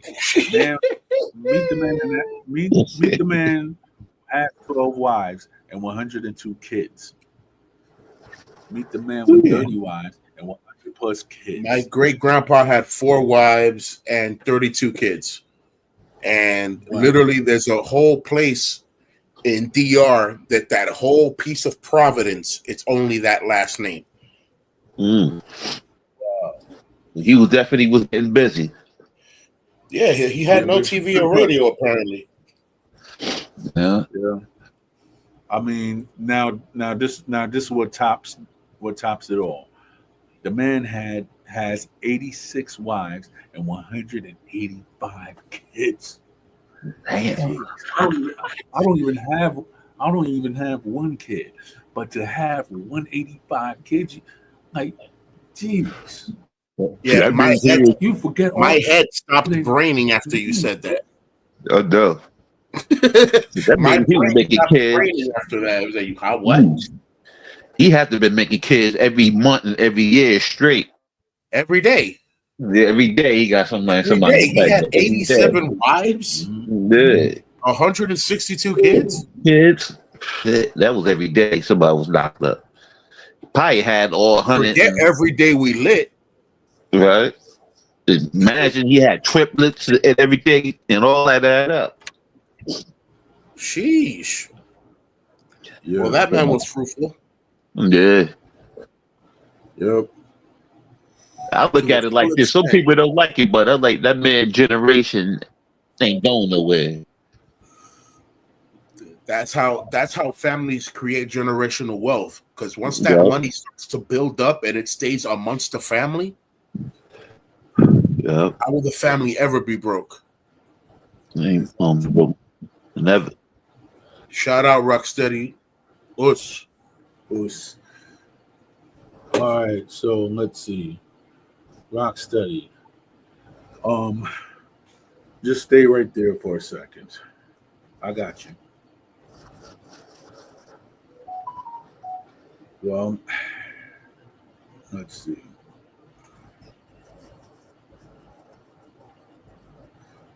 Now, all right. Now you good, Rocksteady. Yeah, shout out to you. In a few, I'll be taking a quick intermission because I gotta walk the missus to the train. Exactly. So Rocksteady, right now you got the wrench.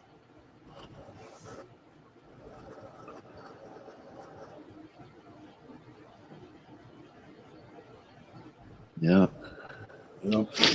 Yeah, I used to. You never saw that movie Kickboxer?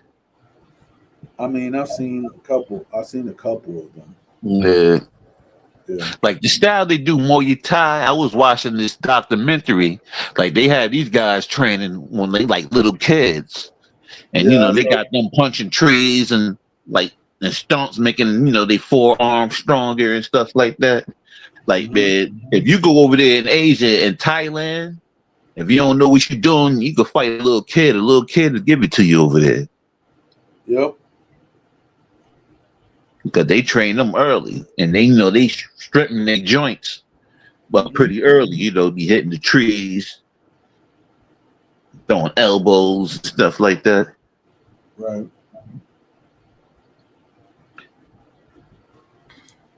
There's so many styles out here. It'll take you, man, the rest of your life if you try to master all of them.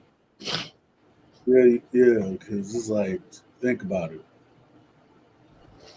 One thing that when they went up and they said, "Hey, can you learn all the styles?" They was like, "No, you can't." I was like, "No, it's impossible." Yeah. Yeah, even the Jet Li movie that I seen one day, that was like, they were talking about the martial arts styles and whatnot. And this guy, I guess, it was a Jet Li movie. It was fake, of course. But then the guy was like, he mastered all the styles or whatever because he didn't have like the martial arts ability and stuff. And then when he actually did something or got healed or something like that, he has the martial arts. That's what I'm thinking about. I paid. What we use as most practice for conditioning of attacking, we have the Makiwara. Pardon me. We have the Makiwara, And we use that to condition the fist, you know what I'm saying, the back of the fist, the elbow, you know what I'm saying, the top of the elbow, the shoulder, saying your knees, the bottom of your feet, the front of your feet, the side of your feet. You know what I'm saying? We have other types of dummies that we use, not necessarily the wooden dummy. You know what I'm saying? We have sandbags of all kinds. We have sandbags that are thick, sand, you know what I'm saying?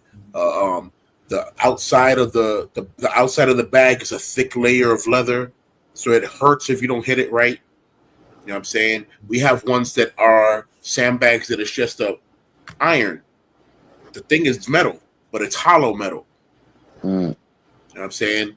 So there's levels to it. You know what I'm saying? We don't expect the white belt to go to the metal sandbag and start, doing combo number 9 on it and not hurt himself. When you start hearing the ding, ding, ding, ding, ding, ding, like he's not hurting himself. If he just started today, he's hurting himself. If he's been here for a while, that doesn't hurt because he's practiced that same move on all the other stuff first. So he graduated his knuckles to that. Yep. Personally, I don't want to throw a punch anymore because I'm not going to say that I'm old, but I'm getting old. And I know that once you do get old, you're going to feel every fracture you ever had from going down to up. Because once you get up, you start going back down. Right. Fuck you, I get too old. I ain't. It's real. It's real like that. So personally, when I'm in a fight, I might put my hands up to where my hands are just open up. So it looks like I'm just ready to defend myself, like I'm not going to attack at all. And that gives your attacker the sense of, oh, I'm intimidating this person. I won this fight. This person is scared. But bull, you're not scared. You know what you're doing. You're just in a position where if he does attack, even if no matter how fast he attacks, you're going to be able to slip, dodge, parry, and or block because your arms are in a right position for that. From there, it's going to be whatever comes after. You know what I'm saying? I'm going to turn around. You swung to the left side of my body.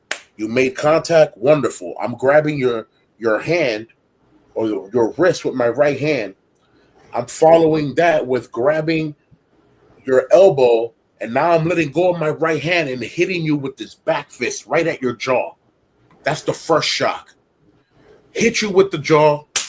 After this first one hits, I'm raising my fist up so that my elbow can connect to your chin as well. So here we go. 1, 2. That already hit. Now I'm going behind the neck to grab whatever shirt, sweater, jacket, coat you have as much as possible. And I'm going to hit you with that Insugeti sweep where you're going to get reeked to the ground. Depending on how I feel, I can make you land in a good position where it only hurts your back, or I can make you land on your neck to where it's game over because it's combat. So I try not to think too hard. Just let the body go with it. But the master is different. The master has to think, because if you let the body do whatever it wants to do, you're going to end up really hurting somebody bad. Yeah. You have to think to be able to have your mind fresh enough to know I have to make sure this person lands on their hip so they don't break their back. I got to make sure this person lands in the middle of their back so they don't break their neck, or the bottom of their spine. These are things that a master has to think about, because if not, you will land in prison. Yeah. Yeah. Definitely, especially all this that style is gotta be a thing. And a lot of times, though, I think anyways, because it's best to fight calm anyway. Yes.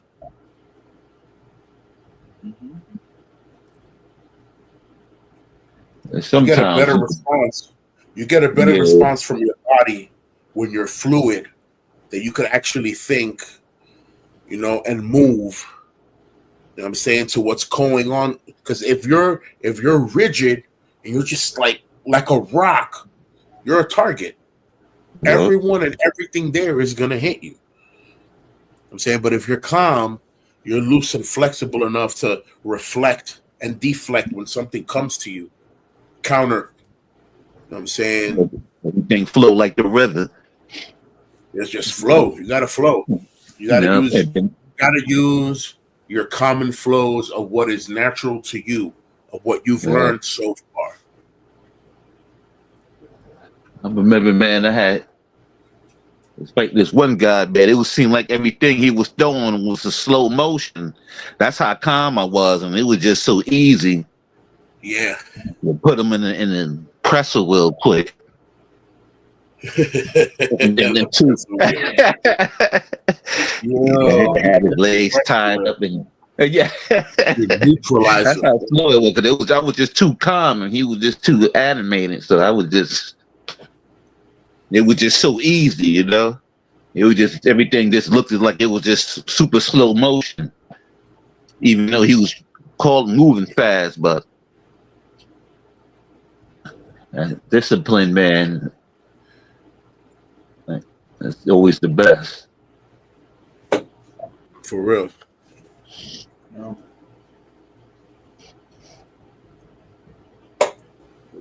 But I don't really. I be chilling though, man. I don't be getting in anything, you know.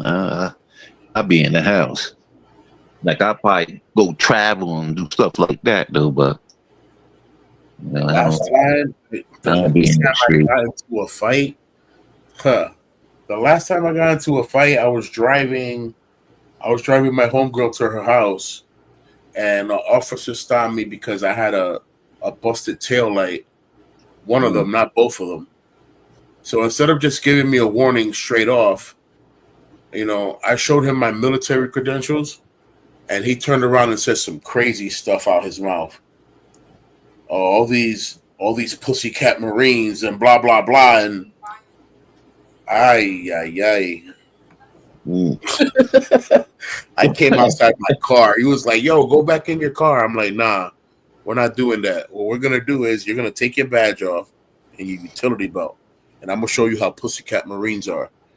You're never gonna say that in your life ever again." And his partner was like, "Oh, don't do it, don't do it, don't do it." The dude said, "Nah, I'm gonna do it." I said, "Oh, wonderful. This is gonna be great." Because immediately an officer takes his badge off, he's consenting that what he's doing is personal and it has nothing to do with the NYPD. Yeah, he's off duty. He's off duty, exactly. So he came rushing at me with a swing. I said, "Oh, that's exactly what I needed you to do." I did a quick switcheroo, switched my hip to the left, grabbed him, hit him with a nice thundering German suplex. Left him right there. The other guy was like, "Stop right there." I said, "I ain't going nowhere, bro." Put my hands behind my neck. I got down on both knees. I said, "But you better make sure you call a supervisor because you're not going to be able to arrest me by yourself." "Oh, I'm going to tase you." "No, you're not going to tase me. Get your supervisor out here." Man. Don't tase me. You ain't going to tase me, bro. You could have tased me a long time ago before I slammed that poor man on his back. That took all the... He saw his soul came out of his body like a cartoon. I saw all his air leave his system. I'm like, wow. You know what saved me that night? Besides the Lord? The captain of that precinct happened to be a Marine. When I told him the story, he told the desk sergeant to let me go. So they processed me out. I didn't even get a DAT, nothing. Just go home. So that was a good day right there. That's called the get out of jail Marine card. Yeah, Marine connection. You could only find those in Monopoly. Right. I don't know why people sitting there and be messing with Marines and stuff like that. I'm like, what y'all doing? Leave them people alone. I don't never dare understand that. Why people mess with Marines?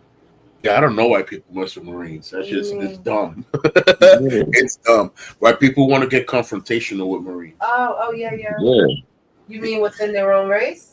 I don't know about no race or nothing. All I know is that it's not smart to. I was just only narrowing down the stupidity. because redneck against white, they're not well educated sometimes. I'm just stereotyping, but I know it's everywhere. I was just saying, what kind of confrontation? It's real simple. It doesn't matter what country you in. Doesn't matter where the sun is shining at.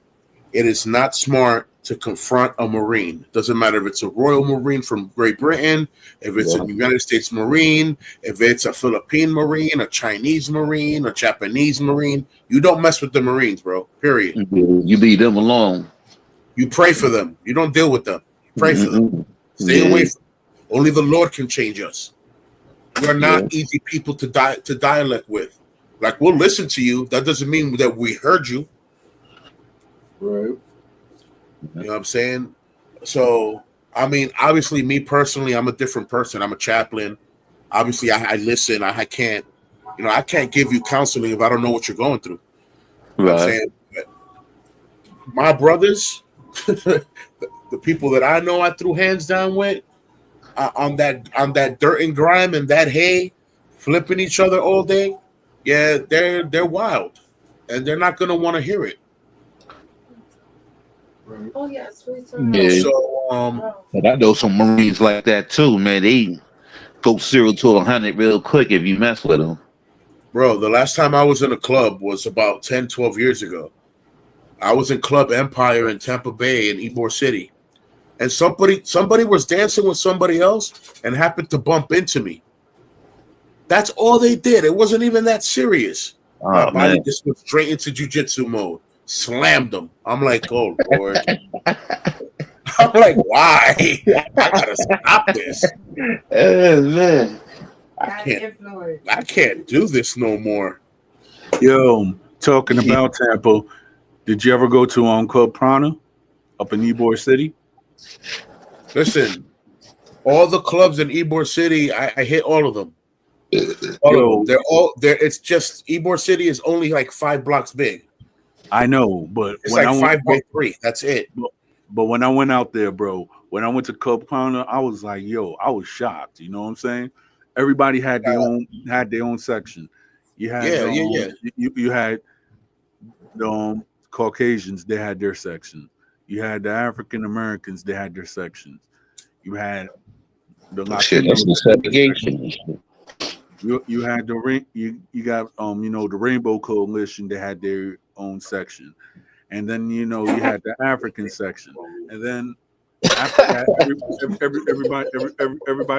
everybody went up and they was partying like at the top up in Prana. I never seen that during my life, and that was before my boy's marriage wedding. I was like, yo, that was a great night that night. Ybor City, bro. You got GameWorks, then you got the Cachaça restaurant, which was also like a flash discotheque, and Club Empire. All those little mom and pop shops in between. You know what I'm saying? There was a club that was like a library lounge where people go to read and smoke. I'm like, really? There was a few jazz lounges. Like, yo, Tampa, Ybor City got it. But that's the only problem. It's only Ybor City. The rest of Tampa Bay does not have spotlight entertainment of any kind anywhere else. Wow, I did not know that because I know that I have a cousin up in Tampa. Matter of fact, I got like maybe 2 cousins in Tampa. The only thing I see my cousins doing is either working on cars or they're just working out in the gym.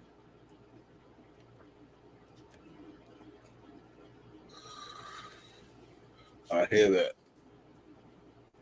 And in Tampa, I bumped into John Cena. I bumped into Dave Bautista, Hulk Hogan. Who else I bumped into Tampa? I bumped into Randy Orton. I bumped into Mankind a couple of times. Yo, I'm Mick hating. Foley. I'm hating right now. Mankind? Wow. Yeah, Mick Foley. Yeah, bro. Yeah, yo, coolest. Cool as a cucumber, bro. Coolest man alive. The only Hands time down. The only time that I seen Undertaker was like in 1992 and 1993 when my brother took me to the Gulf Coast Coliseum in Mississippi to watch wrestling. but Undertaker was not in the cameras. He was like way back, and I knew it was him. I was like, yo, I just saw the Undertaker. Yeah. You're going to the live wrestling match. I think I've been back in the day when Paco Shango and Ultimate Warrior match. Paco Shango, wow. Yeah, I had went to that one. The original Boogeyman. My pops was there and my brother. Yeah, man, it ain't nothing like a live wrestling match. Like the energy, man, you be jumping up and down like everybody else. The original Boogeyman. Yeah. And you know, that's the old school wrestling. That's when they had who was there? That's when it was WWF. Big Boss Man. Rick the Dragon Steamboat, Hulk Hogan, and Warrior, the Hot Rod, Roddy Piper, Jake the Snake Roberts, yep. The original Mysterio, Mr. Perfect, Kurt Hennig, Jake the Snake Roberts. Yeah, bro, that's when it was WWF. Yeah, wrestling was wrestling then. Yeah, you guys are a little crazy. Even guys. And then back then, went crazy. I don't know where y'all from though, but you know, in New York, on Saturdays, your kung fu movie came on, and then wrestling. What's the other credit card? The one I gave you? It used to come on Channel 5. No, that's my baby.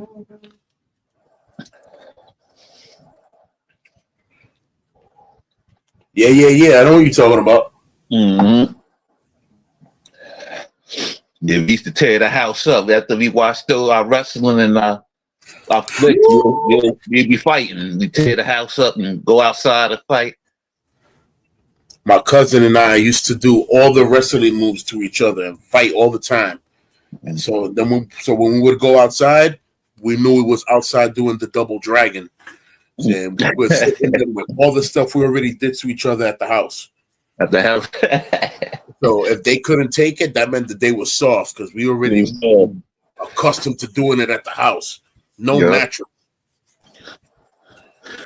Yeah, because I always used to tell younger people though, I didn't see we was like real hard kids coming up though, because we could fall out of a tree and be all right. My phone was good. Yeah, that's when life was good. Probably the food we ate more healthier too. Like these kids now, they fall out the tree now, they going straight to the hospital. That's wild. And I was like, man. Cause it was something though, you know. Well, I don't know. That's in America though. You know, you go to the DR right now, but the kids still play outside. Shit, especially you know how that is. There's some people in the poor neighborhoods and the electric, you know. Yeah, I know what I'm talking about on that. That's an outside place anyway. It's different. The culture is way different from America. Because it was cut off, right? Right. It's real different from of America because the kids still play outside, you know. All right, guys. I'm gonna take a quick intermission. I need to walk my lady to the train. Okay. All right. It looks like you're holding down the Fort Jardine. Dale. All right. Yeah, that's what it is. We just talk about all the old school fighting techniques, boxing or whatever. You know, some of us had experience, but the experience is the best. Though, you know, out there fighting, putting in some work. And I see the guys is gone, but they'll be back. You know, some of us is nice with the with machetes or swords. That's all part of the style too. And you see people be in the Caribbean fighting with machetes, stuff like that, man. That's a martial arts. I'm nice with all that. I'm gonna keep quiet though. I'm nice with all that. But you see people.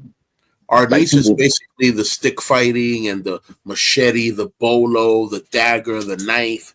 It translates all into one. So once you're good with the sticks, you're good with the machete, bro. It is what it is. Yep.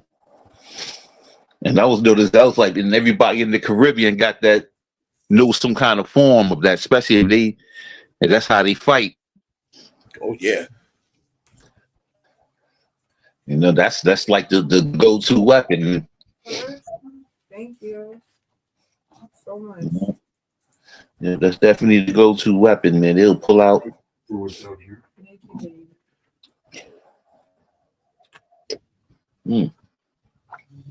This juice is strong. You never bought some juice that make you feel like you drinking liquor? Oh wow, that's some strong juice. Yeah, I'm like, man. I'm sitting there. That gives a whole new meaning to the juice is loose. I know. Make me gonna look and say, well, I hope I ain't, because I know I ain't. This got alcohol in it. What's going on over here? I thought I said virgin. Yeah. Just got a little tang to it. Yeah, man. I quit drinking about 2-3 years ago. So yeah, I don't really no mess around either like that. It's different for me, you know. Before, bro, I used to drink a gallon of Bacardi on a daily, like nothing. Maybe not the whole thing, because obviously I was, you know, I'm in the hood, so you got to cover it. Right. But, bro, literally like drinking my heart away, drinking my soul away. Saying, dealing with the PTSD and all that stuff. And then when it finally alleviated, it was like, I'm good now. Yeah. That remember me when I had stopped, went straight cold turkey. And that's kind of rough though. It wasn't too bad though, because I wasn't really that bad in it, that, you know, I had the shakes and stuff like that. Because some people, man, alcoholism could be bad. I didn't get the shakes, but yeah, I didn't get to that point. I was very indisciplined. Drinking a gallon a day, there was no way healthy. Yeah, that wasn't healthy at all. But you have saved yourself from catching the shakes. Because you get that, man. That's be harder. Whew. I'm getting the shakes now. Yeah. That's like the worst. Getting the shakes now. Then you ask me. Young though. Getting the shakes young is bad. Yeah. Nerve damage. Yep. Then you feel like you need a drink to straighten you out. That's like, man, that's terrible. The body has grown dependent of it. That's when it's like, bad. Man. That's the thing nobody don't want. Yeah, man. It's really crazy like that. Yeah. But a lot of times I just always just trying to like take care of myself the best I can, man. I drink a lot of herbal stuff, try to take different supplements and stuff like that. And sometimes I watch like herbalists, sometimes I watch like stuff like some of these rosters and stuff, because a lot of these rosters on TV, they know about a lot of good things in the earth you could take to cure you, you know. Bro, and this stuff a lot of these rosters be 82 years old looking like they 50. And you're like, how'd you do that? He said, well, I do this, and I do this, and I don't do that. I'm like, wow. Yep. What's good, little man? Yeah, they be knowing their stuff. Oh, yeah, for sure. You listen to them. And then, you know, that's a lot of us know stuff like that. They be Gucci. They never broke a bone in their body. They never got into a fight. They ain't never nothing. I'm like, wow. What a beautiful life, man. They stay in the hills and in the countryside, and they be chilling. I grew up fighting, man. This is New York City is home of the brave. Yeah, no, I can imagine. I grew up in the era in Manhattan where if you were from one project, another project was hating on you just because you lived closer to either the good buildings or you lived closer to whatever. Were you from LES? Nah, bro, I was from Isaacs. Oh, so 92nd and First, that type of area. Oh, okay. That's right next to where all the good buildings start on Yoke Ave. Yeah. Oh, you live around the rich projects. I'm like, what makes it rich? Still the projects, right? It's still the PJs. It's still not done. That's why it's still called the projects. Right. It's because it's still not done. Yep. Yeah, I remember somebody told somebody that I knew somebody used to stay in Amsterdam projects all around that area, that good side.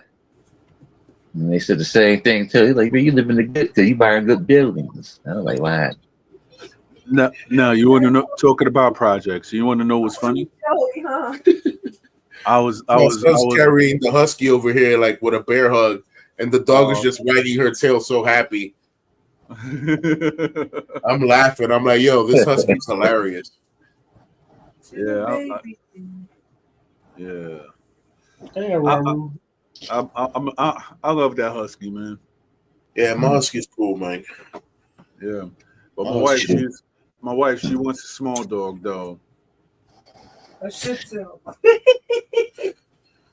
Not so much a Shih Tzu, but she wants a small dog. But I was telling my wife, not so much a Yorkie, but she don't want a Shih Tzu, and she don't want like Chihuahua because they're yip and annoying. They yap too much. Yeah. I mean, I know because I had a friend that she had a Chihuahua and my other friend had like a Shih Tzu. They went up and they mated because she was playing hard to get and everything like that, and she pushed out like 3 or 4 babies. So I call them dogs the Napoleon dogs. The dogs from the Napoleon complex. Yeah, they'll fight anybody. Just cause. And then on top of it, my wife, she don't want a hot dog, so I was like, okay. A Dachshund. Yep. Yeah, that's what those things called with the long body, right? Yeah, a Dachshund. Yeah. But then I saw how German is that? My dog is a Dachshund. Like, why you have to say it like that? But my dog is un Dachshund. I'm like, I'm done. I'm like, all right. Now, like, why do they call it wiener dog everywhere else around the world? Yeah, no, they don't. It's a hot dog. I mean, respectively, the word wiener I think came from Germany, so therefore. Yeah, so did hamburger. Yep. That's actually a person's last name. Yeah, right. Hamburger. They got a town in Germany named Hamburger? No, it's called Hamburg, actually. Hamburg. Yeah. Yeah, it's named after the guy that created the hamburger. Right. Actually, what's German to the name hot dog is Frankfurter. Oh yeah. Because in New York, there's stuff like that. You'll see a lot of people, they don't even call hot dog. They call them Franks. Franks. Yeah, you'll hear people say Franks. Like hot dogs, a lot of times you'll hear, like in the city, though, you hear people say Franks. I think I was the first person to bring that name back to DR. And I told the guy at the colmado, oh, yeah, dame dos Frankfurter. And he was like, what's a Frankfurter? I'm like, you don't know what a Frankfurter is, bro? Mm-hmm. Like, what's a Frankfurter? Yeah. They started calling me Frankfurter every time they saw me. Frankfurter! I'm like, yo, I'm done. Yes, the people really thought my first name was Frank, last name Fura. Fura. Digo, oye, señor Fura. Digo, oye, mi nombre es Pedro, no Frankfurter. Digo, no, I'm done. Yeah, they good giving people names, man. Oh, yeah, for real. Y'all give you a nickname in a minute. Yeah. They used to call me Tortuguita. because when I was young, I looked like a fat kid, but I was already into martial arts, so I was a fat kid that was kicking ass. Mm. So when we would go down to the beach, everybody would make fun of me. Ah, el gordo, el tortuga, el tortuga. But then when I got into the water, I was swimming fast. They were like, "Yo, how he swims so fast?" Como una tortuga. That's it. Oh man. I'll be right back, guys. Us. Right. Yeah. The yard's fun, man. Yeah, no, That's why I be laughing at people that get bullied and stuff. I was like, man, if you ain't tough in America, you would not make it in the DR. Because the DR, man, people got jokes. You know how Dominican, they make fun of you, laugh. They gonna give you a nickname or something. You know what I'm saying?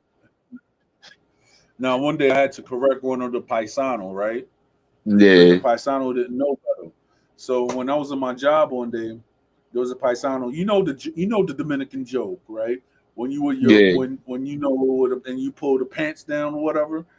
But then my boy didn't know the joke. He was like, "Yo, you get mad." I was like, "Yo," I had to go around and tell the homie, like, "Yo, this is not Dominican Republic.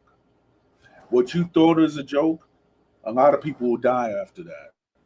Oh yeah. So there was yeah, because there's some jokes, like like the way that Dominican plays jokes. It's like, okay, yeah, it's a joke in DR, but then when they actually come to America, it could be suspect.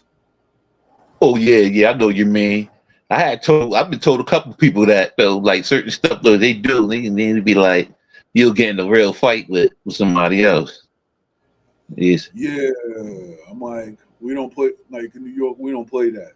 It was like, Nah. okay.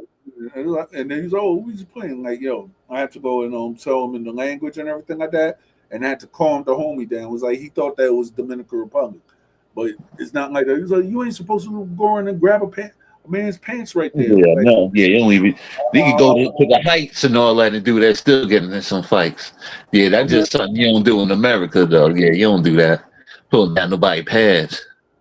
Catch exactly. a So, card. Yeah, you don't do yeah. that. Mm-mm. So I had to go around and be the mediator and the translator. Yeah. That's the Yeah, blessing of being a Dominican to be the yeah, mediator and right. the translator. Because you got to catch them too. Because a lot of times, they'll be knowing certain things, so you got to catch them and school them. They do, they Yeah, don't do this here. You get in trouble here, man. You can't do that here. I had to tell my little homie that because I was like, yo, because me and him we joke around and stuff. It's not like, okay, I'm dissing him and stuff. I was like, yo, fam, because one day he had like hair and stuff. I was like, oh, Mm. yeah, thank you, little man. Now the joint was like, okay, but it was like, he had hair and stuff, and the next thing he just shaved it off. He's like, yo, it's too hot out here. I was like, okay, Caco Pemo. And then we all just laughing out loud. One day I called him Ruby Perez. The other one I called him Coco Van Goy. I Mm. called him, I guess, Nelson or Coco Drigo. We were just we were just making jokes and everything like that.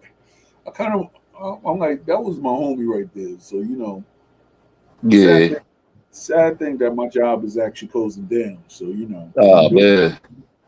yeah, there's a lot of memorable people that I met right there. So And that's like, kind of rough too to start over again, especially especially you love you like your old your crew you got now.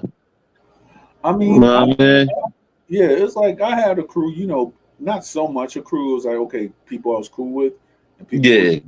people I just didn't revive with, You got a and the little people, small little circle. yeah. So the people I never really vibed with, I'm like, I don't really care. But like, say Yeah. the people that liked me. I'm like, all right, cool. But then I don't know. I guess to some women, I'm an attractive man. You have. Yeah. I'm going to tell you a story which is so unbelievable on how the thirst is real. But like in 2019, right when I first started my job, there was a Dominican female. I guess she wanted some black. She wanted a black Dominican guy. Yeah. And she was like, "Oh, you got a lady?" I'm like, "Yeah." It was not going to happen. But yeah, she always tried to find some way thinking that she was going to go and try to G me, and it was not working. You can't go around with third world tricks on a first world guy. For So real. so when that happened, she was like, and then she left like around 2021. Apparently, the security guard that worked, I'm not going to put his name out there. So the security guard was in the bar. So he sees this lady. So this lady's going around asking how I'm doing and everything like that. He's like, he's doing okay. He's married though. You know what? Yeah. You know what that desgraciada had to say? She was like, I'm going back to the job. I'm going to take him away from his wife. Oh no. I was like, That's good. I was like, yo. So when she came in, and the original greeting for the Dominicans in my job, we call each other paisano, paisana. You know what I mean? Yeah. So it was like, hey, paisano, paisana. Formal greeting and everything. The next thing you know, she was like, she came up to, it was like a fire drill, right? And this woman was asking me the same stupid questions, but yet she went up and asked the question. They had to tell her 2 times, you're not gonna ask that, and I just stopped talking to her. She always trying to go around and look my way and all this other stuff. I'm like, nope. What? Mm. Now, so one day, I don't know. I didn't want to. I didn't play her, but she got played, right? So, Yeah. so I'm walking, and I saw a female, and it was all, I was like, "Hola paisana," and she thinking that I went up and I said hi to her until the woman said, "Hola paisana." I was like, yo, imagine in the workplace that there's a supervisor that's looking at you, and then the thirst bucket that wants your money that's looking at you, and you don't even want none of these bros because you're married. Yeah, that's crazy. I'm And they like, probably thinking that, like, man, what's wrong with him? He's like, the married man. That's one thing I ain't never really did, though. I ain't never messed with no female on my job. I can't do it. I mean, I did that once, and I got burned. Not Because the literally, only reason why I don't do it, because you don't want, not that's the not worst literally, thing. People not be in the literally. business and stuff. Yeah, I'm like, yo, I try to keep it secret, but then it didn't. It didn't work out. It didn't pan out for Yeah. me. And Yeah, then they'll never work out. Yeah, you mess with somebody at your job. and then on top of it, there was like a lot of personal factors that was going on. So I'm like, man, Yeah. I mean, I met females before I got married, of course. Mhm. When I was living the single life, I did meet females in the job, like, hey, how you doing, whatever, right? And then after they quit the job and stuff, we linked up and stuff. But then on top of it, you had certain females that are like, hey, I'm like, Like, nah. or this is the best one. You had females that they rejected you all their existence when they see you, right? And then Yeah. when they see you with a nice woman, they're like, they want to actually get lovey dovey. I You know, know, right? Start blowing kisses and stuff at you for no reason. What the hell is this going on? it was not even. It was not like so. All right, peep this. It was not like so much the kisses, right? Yeah. Like for example, in my old hood in the Bronx, right? Those are What part of the Bronx you from? Soundview. Okay. So there was an attractive female. She was maybe younger than me or whatever. I was like, hey, how you doing? So she always gave me that attitude, and she was Dominican. I'm like, okay, whatever. So I used to hang out on the block with some of the young dudes and some of the people that know me, right? So one day, I'm gonna say it like this: I'm looking like crap, but my lady, she looked pristine that day, right? So me and her just walking down the street. I think we had to go someplace or something like that. Whatever the case is. So me and her just walking. The next thing you know, homegirl that dubbed me whatsoever, she was on some skates. The next thing you know, she went up and broke broke her neck just seeing me with my lady. Never bat an eye or anything like that. But the day that she saw me, she was like, okay, yo, he got a good looking female. Maybe I got it. Nope. And after that day, it was like the thirst was real, right? So I'm walking down the street. I forgot what the heck I was doing, but I always walk down the street because I was never really a homebody. Yeah. It was like maybe at night or whatever. So I'm walking down the street. Maybe it might have been a haircut or something like that. Next thing you know, I see one of my homies right there. So me and him, we talking and everything like that. So I see this girl right next to him, right next to him.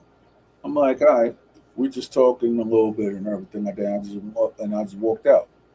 But while I was talking to him, the thirst was real. She didn't say nothing, but you could see all eyes was on me. I just didn't pay attention to her.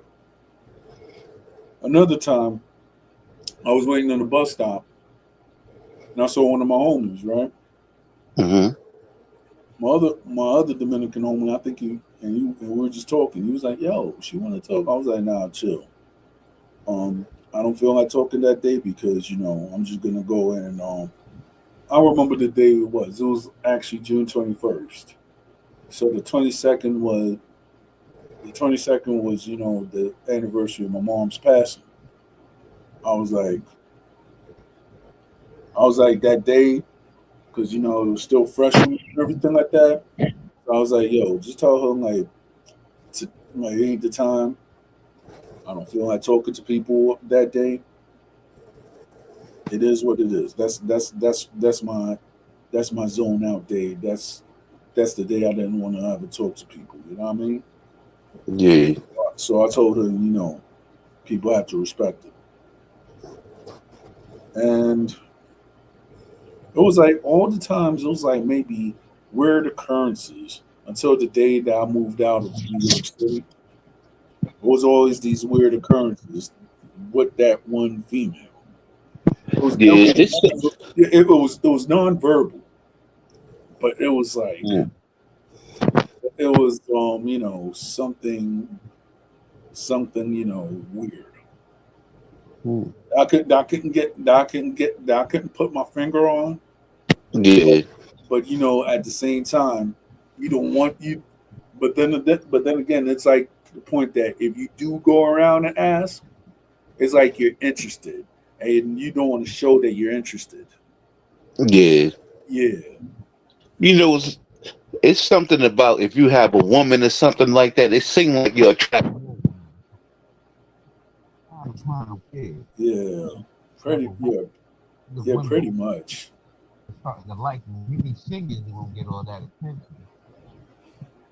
Yo, that.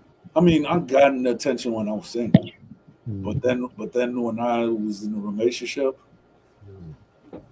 I was like, I was like, why? Where the heck was you at when I was single? Yeah. Right. Yeah.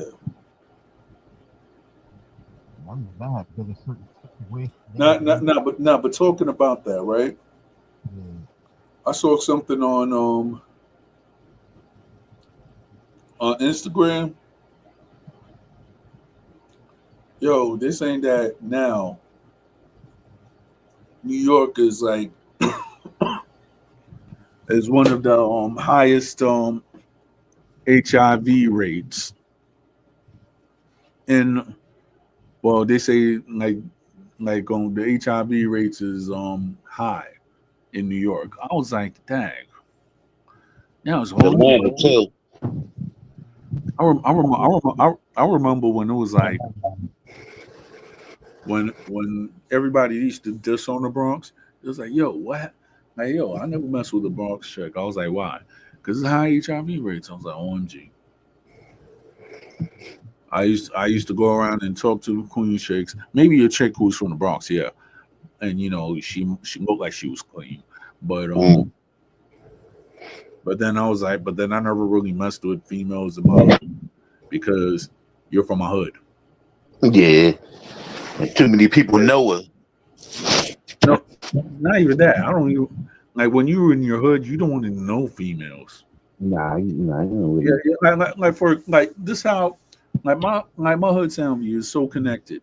It doesn't care if you're Puerto Rican, Dominican, Jamaican, etc. I didn't want to be known in that hood. Yeah. At first, like yeah, female right there, but I'm like nah. I started going dating females from other sectors of the city. Or I used to talk to females like from Queens, Man, I used to and stuff. get a lot of little girls. They'd be from like Chelsea or Long Island, like the burbs. You know what I'm saying? I ain't really. The last few times I ain't mess with nobody from the hoods. And then a lot of chicks used to hate that. Like, why you always with all these white girls and Asian chicks? And I said, I don't have to worry about getting in trouble. And then I know, you know what I mean? Exactly. Malik and motherfucker Jose, you know what I mean, hating on me because I got somebody they want, you know? And, they ain't gonna get no play. That is, so. And it always is better than you learn more stuff, too. I could tell you when I was. Yeah, that is the hood. It was one of my OGs, right? Mm-hmm. Yep. I remember it was one of my OGs, right? I just called him an OG because he was older and he was my sister's friend, right? Yeah. Cool dude, by the way. He used to write poetry and everything. So one day I was walking, and I used to see him with his female and stuff. I was like, dude got a female. You happy, right? I bet. So I see my OG. I was like, "Yo, how you and your female?" I was like, "Yo, bro, I had to give that up." I was like, "Why, bro?" He was like, "Yo, chick is 21 with 7 kids." I was like, "Yo." So I remember all over 2004, right? I kind of could say I was the hot dude. I was fresh and everything like that. Yeah. I'm not gonna say I had a car and stuff because I didn't, but I was fresh. I was just a fresh hood dude. You know what I mean? So while I was looking fresh and everything like that, my that over fertile female always was looking my way. I could be with my homies. She was butt ugly anyway, but this chick had 7 kids. Okay. She always was looking my way, and I was like, "You're not getting a chance with me." The lady in the shoe. Remember the lady in the shoe? She had all them kids. I didn't talk to her and stuff, but I always saw that the vibe was off. You know what I mean? Like if I'm with my homies, I'm just chilling and everything like that. Yeah. You talk and everything like and stuff. You're just vibing. I'm just getting my hair braided and everything like that. That's when I had braids. So as soon as I had braids, I was making my mixtape money and everything like that. Selling mixtapes, of course. Wow. We used to sell like clue tapes and stuff. Yeah, the reggaetons tape, those went up and they went fast as hotcakes. I used to go and sell with the Dominicans. They used to show me love, even though my Spanish was messed up, but they showed me love. And 9 times out of 10, I was Gucci. So shit, I remember, man. Sometimes when I was coming up, especially you being in the Ville, Hey man, you forget that you Dominican, man. 'Cause ain't nothing around until I go in the house and then somebody yell at me, "God, you ain't black, you Dominicano. Who you doing, boy?" And Man, shit. man, to me, nobody knew that I was Dominican until I told them. But other than that, you know, like I sometimes think the closest but then culture it was when I was in the LES. You know what I mean? yeah. Other than that, there'll be a BK, man. Forget about it. I mean, Red Hook and the Veil. Nah. You over there too long unless you go inside your house or when it's time to take that plane trip. Other than that, though, man, you do forget about it. Or when your cousins come and stuff. Because it was like me. Just because the area I grew up in, like, city. Yeah, it was like maybe certain people that was like, "Hey, how you doing?" And it was like, and the thing is though, I never spoke Spanish, but they look at me. It was like, "Man, you ain't Black American." I was like, "Why?" Because you talk with respect. I was like, "So where you really from?" I know you Caribbean. I was like, "Well." It might get smelled or sense it some kind of way. Yeah, sometimes it could be a scent. It might not be the negative thing about, but sometimes people can sense that you from somewhere else.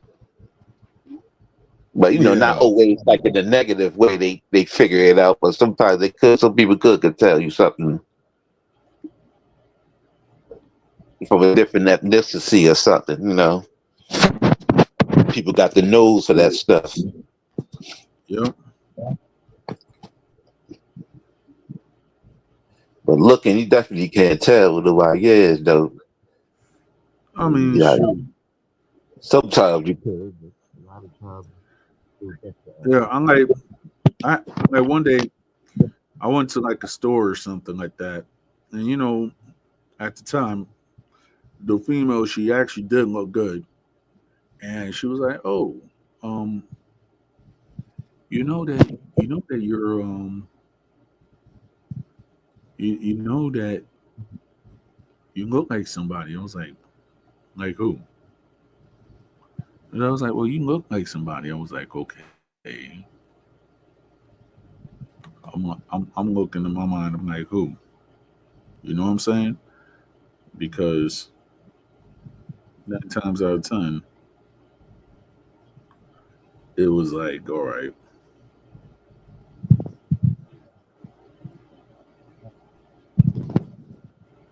It was just on some, oh, let's see something. I'm like, all right. I remember one day I was coming home 4 o'clock and I was like, yo, ma. And the female, she looked good. I was like, yo. I was like, yo, ma, I'm Dominican. And she was like, man, I don't believe you. I was like, why? It's 4 o'clock in the morning. Are you actually saying that? I went up and I played some Perico de Pound. She was like, oh, shit. I'm like, I ain't got nothing to do. So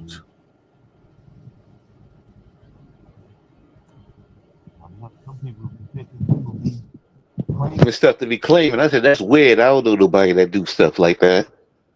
I mean, I ain't gonna front. You have certain people that have thoughts claiming being Dominican just to be down. I'm not one of them. Yeah. At first, that's yeah. At first, I had a friend that went up and they thought that was that. Yeah. But then man, you can see some of the people that used to see me on TikTok sometimes. Some of the homies from Brooklyn, they be like, "Man, what you doing over there?" The dude from the Ville and all that. Sometimes when they be looking like, man, I know they ain't my man over there with them. And they forgot. Oh yeah, I damn sure forgot because we used to go in his house, stuff like that, the food and all that. They be cooking and stuff like that. Well, yeah, I never was super obsessed with that because I liked it all different kinds of stuff. I wasn't, you know what I'm saying? I just looked at people as people. I ain't think about nothing stuff like that. Me personally, which is funny. I wasn't extra. Like, you know, some people could be extra. Like, I never was extra with it. Yeah.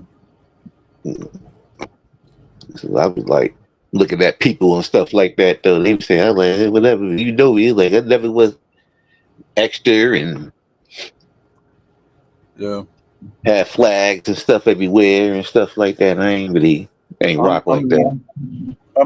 When it was the day, I went up and not rocked. I rocked where I was, you know, because of the pride and stuff. Yeah, of course. And then, you know, my mom, Duke, she was like, "Yo, how the heck, my son is more Dominican than me and my father, and we were born, than me and my husband, and we were born there." I was like, I don't know. I was like, I don't know. I just, and then, you know, other people that proud. Yep. Yeah. See, I ain't had that too much around me like that. You know what I mean? Probably have some Jamaicans or stuff like that. You had Jamaicans, yeah. And stuff like that.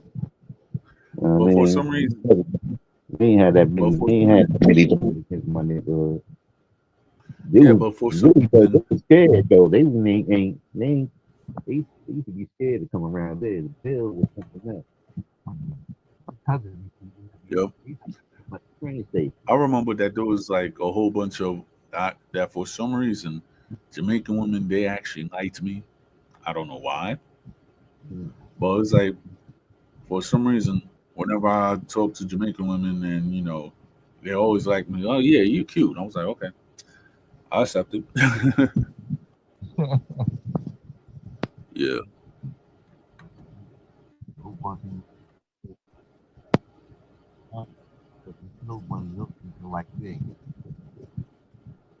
Right.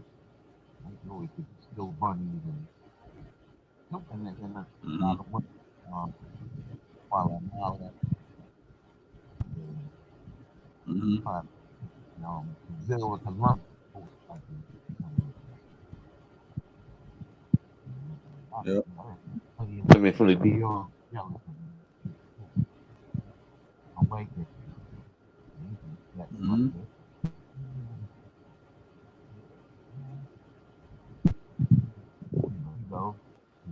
I ain't gonna be dry for nobody, so it is what it is. Basically. Make it go hard, they don't want me in. Think I'm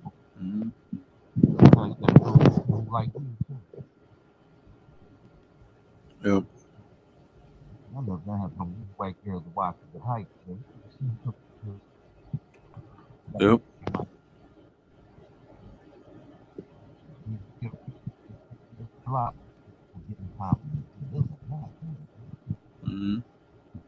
Like me 5, stuff like that. Yep. Doing that thing. That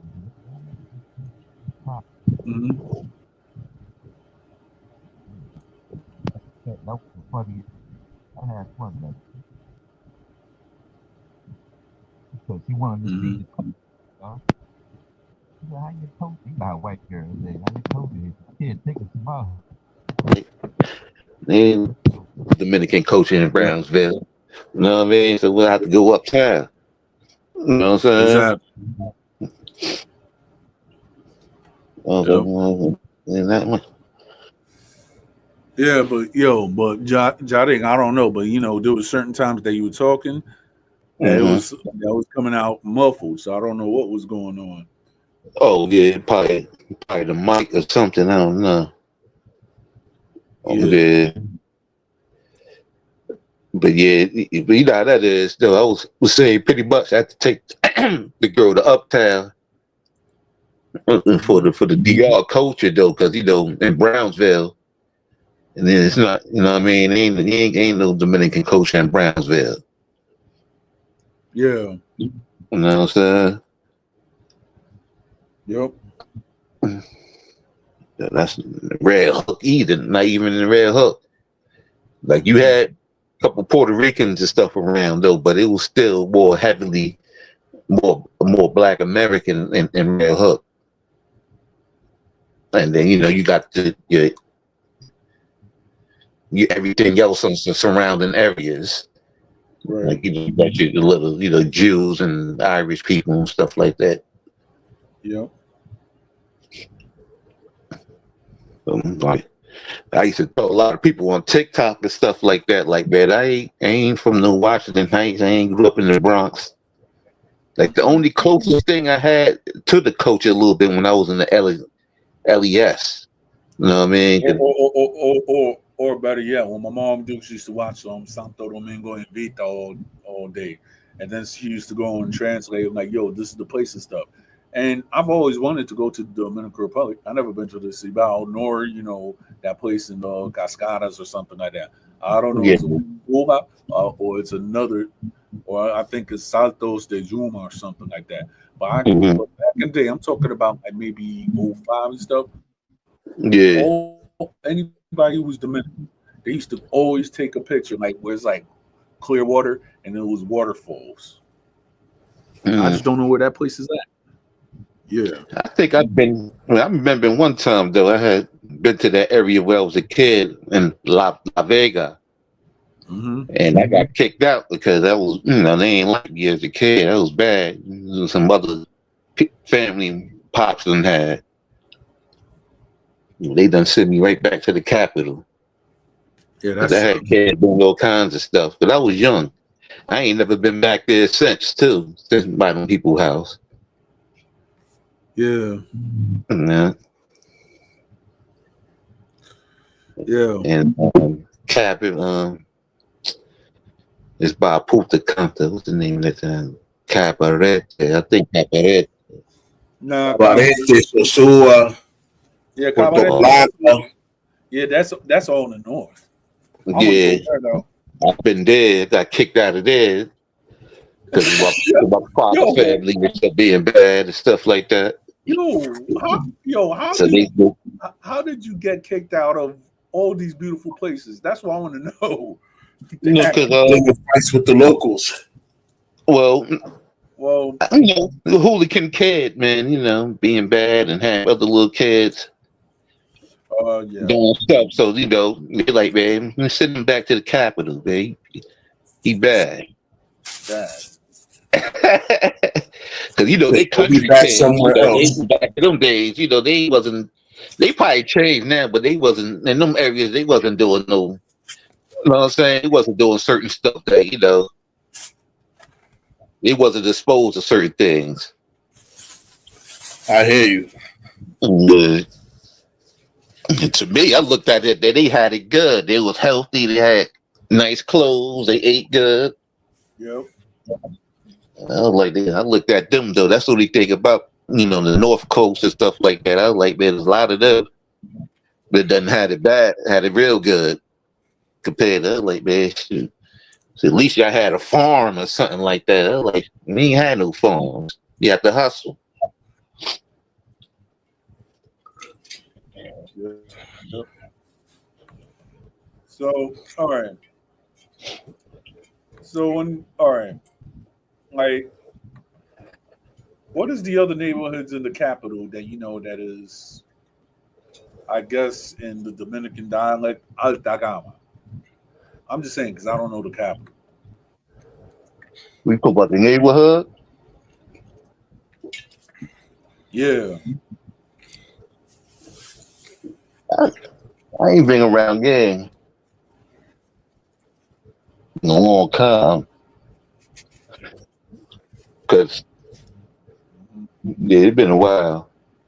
Because sometimes, I really, I go to the nice areas and stuff and chill now every once in a while. I go to, I ain't gonna play the hood too much, but I still go, but I don't really don't be long, you know what I mean? See when you got to see and go. That's it. That's how pretty much. Yeah. No lollygagging or slacking when you're in a different neighborhood that's not yours. Yeah. Like, you know, I used to be. Yeah, pretty much. Yeah, pretty much. Like, you know, I'll go to Guale and Capital and all that and be good, though, because, you know, grew up, but I don't even stay out there that long. Cause I like, man, get that. They be shooting out there, and I ain't. Bullets don't got no name on it. No pilots either. Nope. That ain't all. Okay, so I be in nice areas more than anything. I don't know. Maybe now and then though. I mean, you still will visit your hood though, just for memory's sake. But you know, other than that, I don't play around too much in it.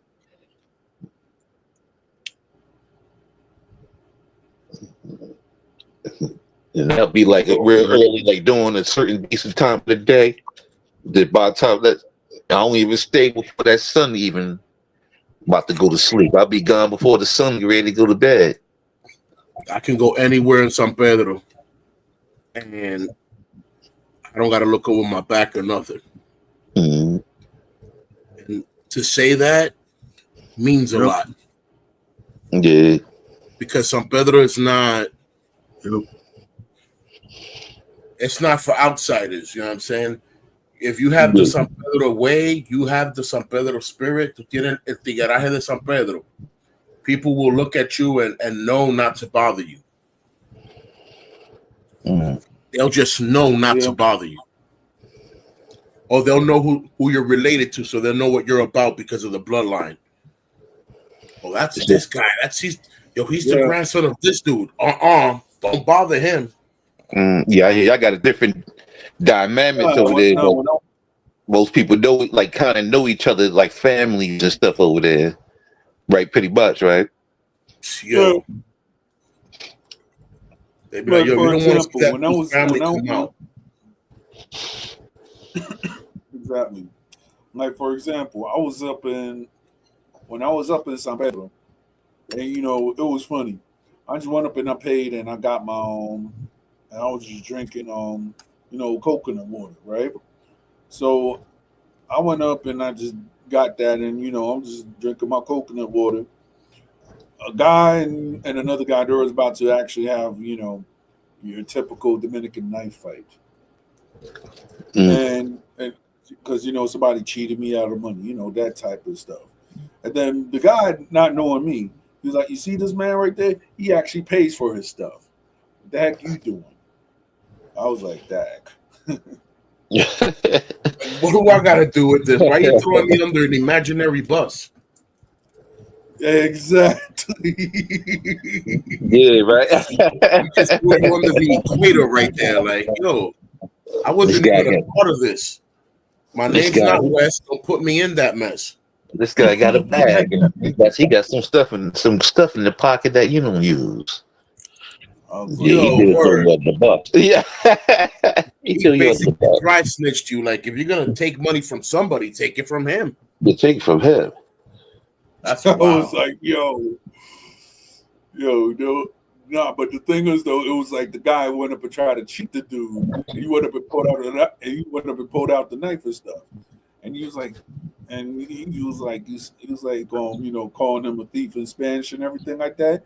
He was like, just look at this honorable man right here. You see, he pays. He actually went up and paid, got his nice shoes and stuff. You should be an honest man like him. I was like, thank you.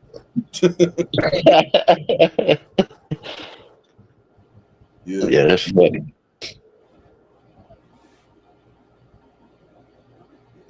That honest man. See that honest man? Yeah. Me personally, I can never say I went up and did anything type stupid in San Pedro, because I always walk the straight line in San Pedro, because I'm like, yo, I don't know who knows who. And then at the time when I was, you know, a kid and teenager, I didn't speak English that well. I didn't speak Spanish that well. So therefore, you know, I always rolled with my cousins. The older ones, the younger ones, the older ones, you know. Yeah. I'm back. I was on a phone call. Got you. Yeah, I used to get you get in trouble down there too when I was a kid, though. But everybody was bad then. That we used to do all kinds of stuff. Be like Yeah, piranhas, be like 50 deep running the streets. Yeah. bro. It was a rite of passage. That's Yep, called being a Taino Indian, bro. yep, pretty much. Basically, Rite of passage. Everybody walked together. Everybody celebrated each other. We celebrated our wins. We celebrated our losses. We had each other's backs. We had each other's front. For You know what I'm real. saying? I miss them games though. I could flash back to them days. We was poor though, but we had each other though. What you were saying, Don? yo, I would say, watching. yeah, my bad. Yo, I saw something that that was equally funny. I'll tag you on Instagram with that on Pete. You're gonna see what I'm talking about. Yeah, tagged you in that joint right now. Bro, like I'm from back in the time when the boxing coaches would come around the barrios with 8 pairs of gloves and would have people boxing. Mm. Yo, talking Yeah, about we used to do that too. Yo, Yeah, we used to do that too. You're Go talking hard to the about body. Did you know Manita? Who? Manita. Manita. No, Manita from Sarmiento. No. Oh, because I was gonna go to a boxing job. I was like, nah, I ain't ready for that because you didn't know how to box. That was my thing. But she was like one of the top female boxers, in her time period. She was trying to fight. My bad. I just saw the video. Yeah. Yeah, my bad. That's what's going on over here.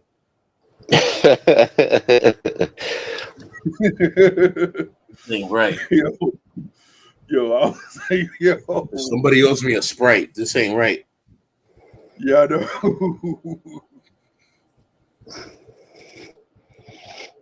I'll be looking at the reels and stuff on Instagram, and they be having some funny stuff on there. If you're on the funny algorithm, you're gonna see so much funny stuff. You're gonna cry. Yep, because that's what I'm on. That's one thing I like when I'm on the funny algorithm.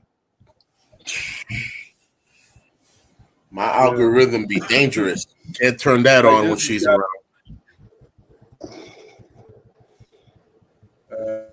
No. I mean, me and my wife, we actually look at certain stuff, and she was like, "Yo, what the heck?" Like my wife's favorite comedian, and my favorite comedian is Radel.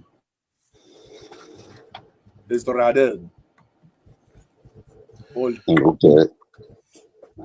Who? Thieves. Are you cutting in and out, bro? I saw him live here on Radel Ortiz. He's the. I was saying he's the one that always gets slapped by his Radel Ortiz. Yeah, I think you're talking about the big dude. The big dude. The big dude that he be making jokes with his moms. Yeah. Yeah. Yeah. That dude is funny in real life, bro. Yeah, I bet. Yeah. You know which Ortiz isn't funny in real life? Joel Ortiz. Who? Joel Ortiz, the Joel artist from Providence. Oh, okay. He's a lyrical assassin, bro. Yeah. There's a song that a lot of people don't know about that came out for I guess for what we call Unity Day, National Unity Day. And that song came out dedicated to all the gangs and nations that are compiled of Latin people. Bro, the song is not just fire. The beat is crazy. And then the people that come out are just crazy. Temperamento, Joel Ortiz, Mike, the producer who made the beat. It's and the message is wild. The message is wild. Yeah. I wish I could find it on YouTube to put it on, but yeah, that was like one. Yeah. I mean, I guess I'll listen to it when I actually do the show because I'm about to wind down because work and everything like that. So I'm about to wind down, guys. Y'all have any last words? Thing I could tell, man, enjoy life, see the world you can, and try to eat healthy and stay blessed. Sounds good. You already know on my end, never stop practicing. If you stop moving, you stop living. So stay woke, stay safe, stay vigilant. See you next time. Us. Hashtag Senpai Dominicano. Exactly. I mean, salute. Good show. Yep. Man, I guess I'll catch you the next, man. I gotta charge this phone anyway. She's about to die. Yep. I'll catch you out there. All right.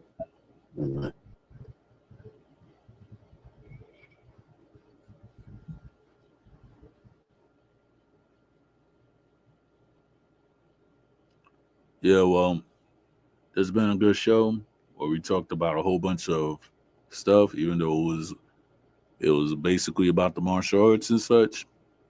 So, stay tuned for next week. Senpai Dominicans or Senpai Dominicano. So we'll tune in next Wednesday.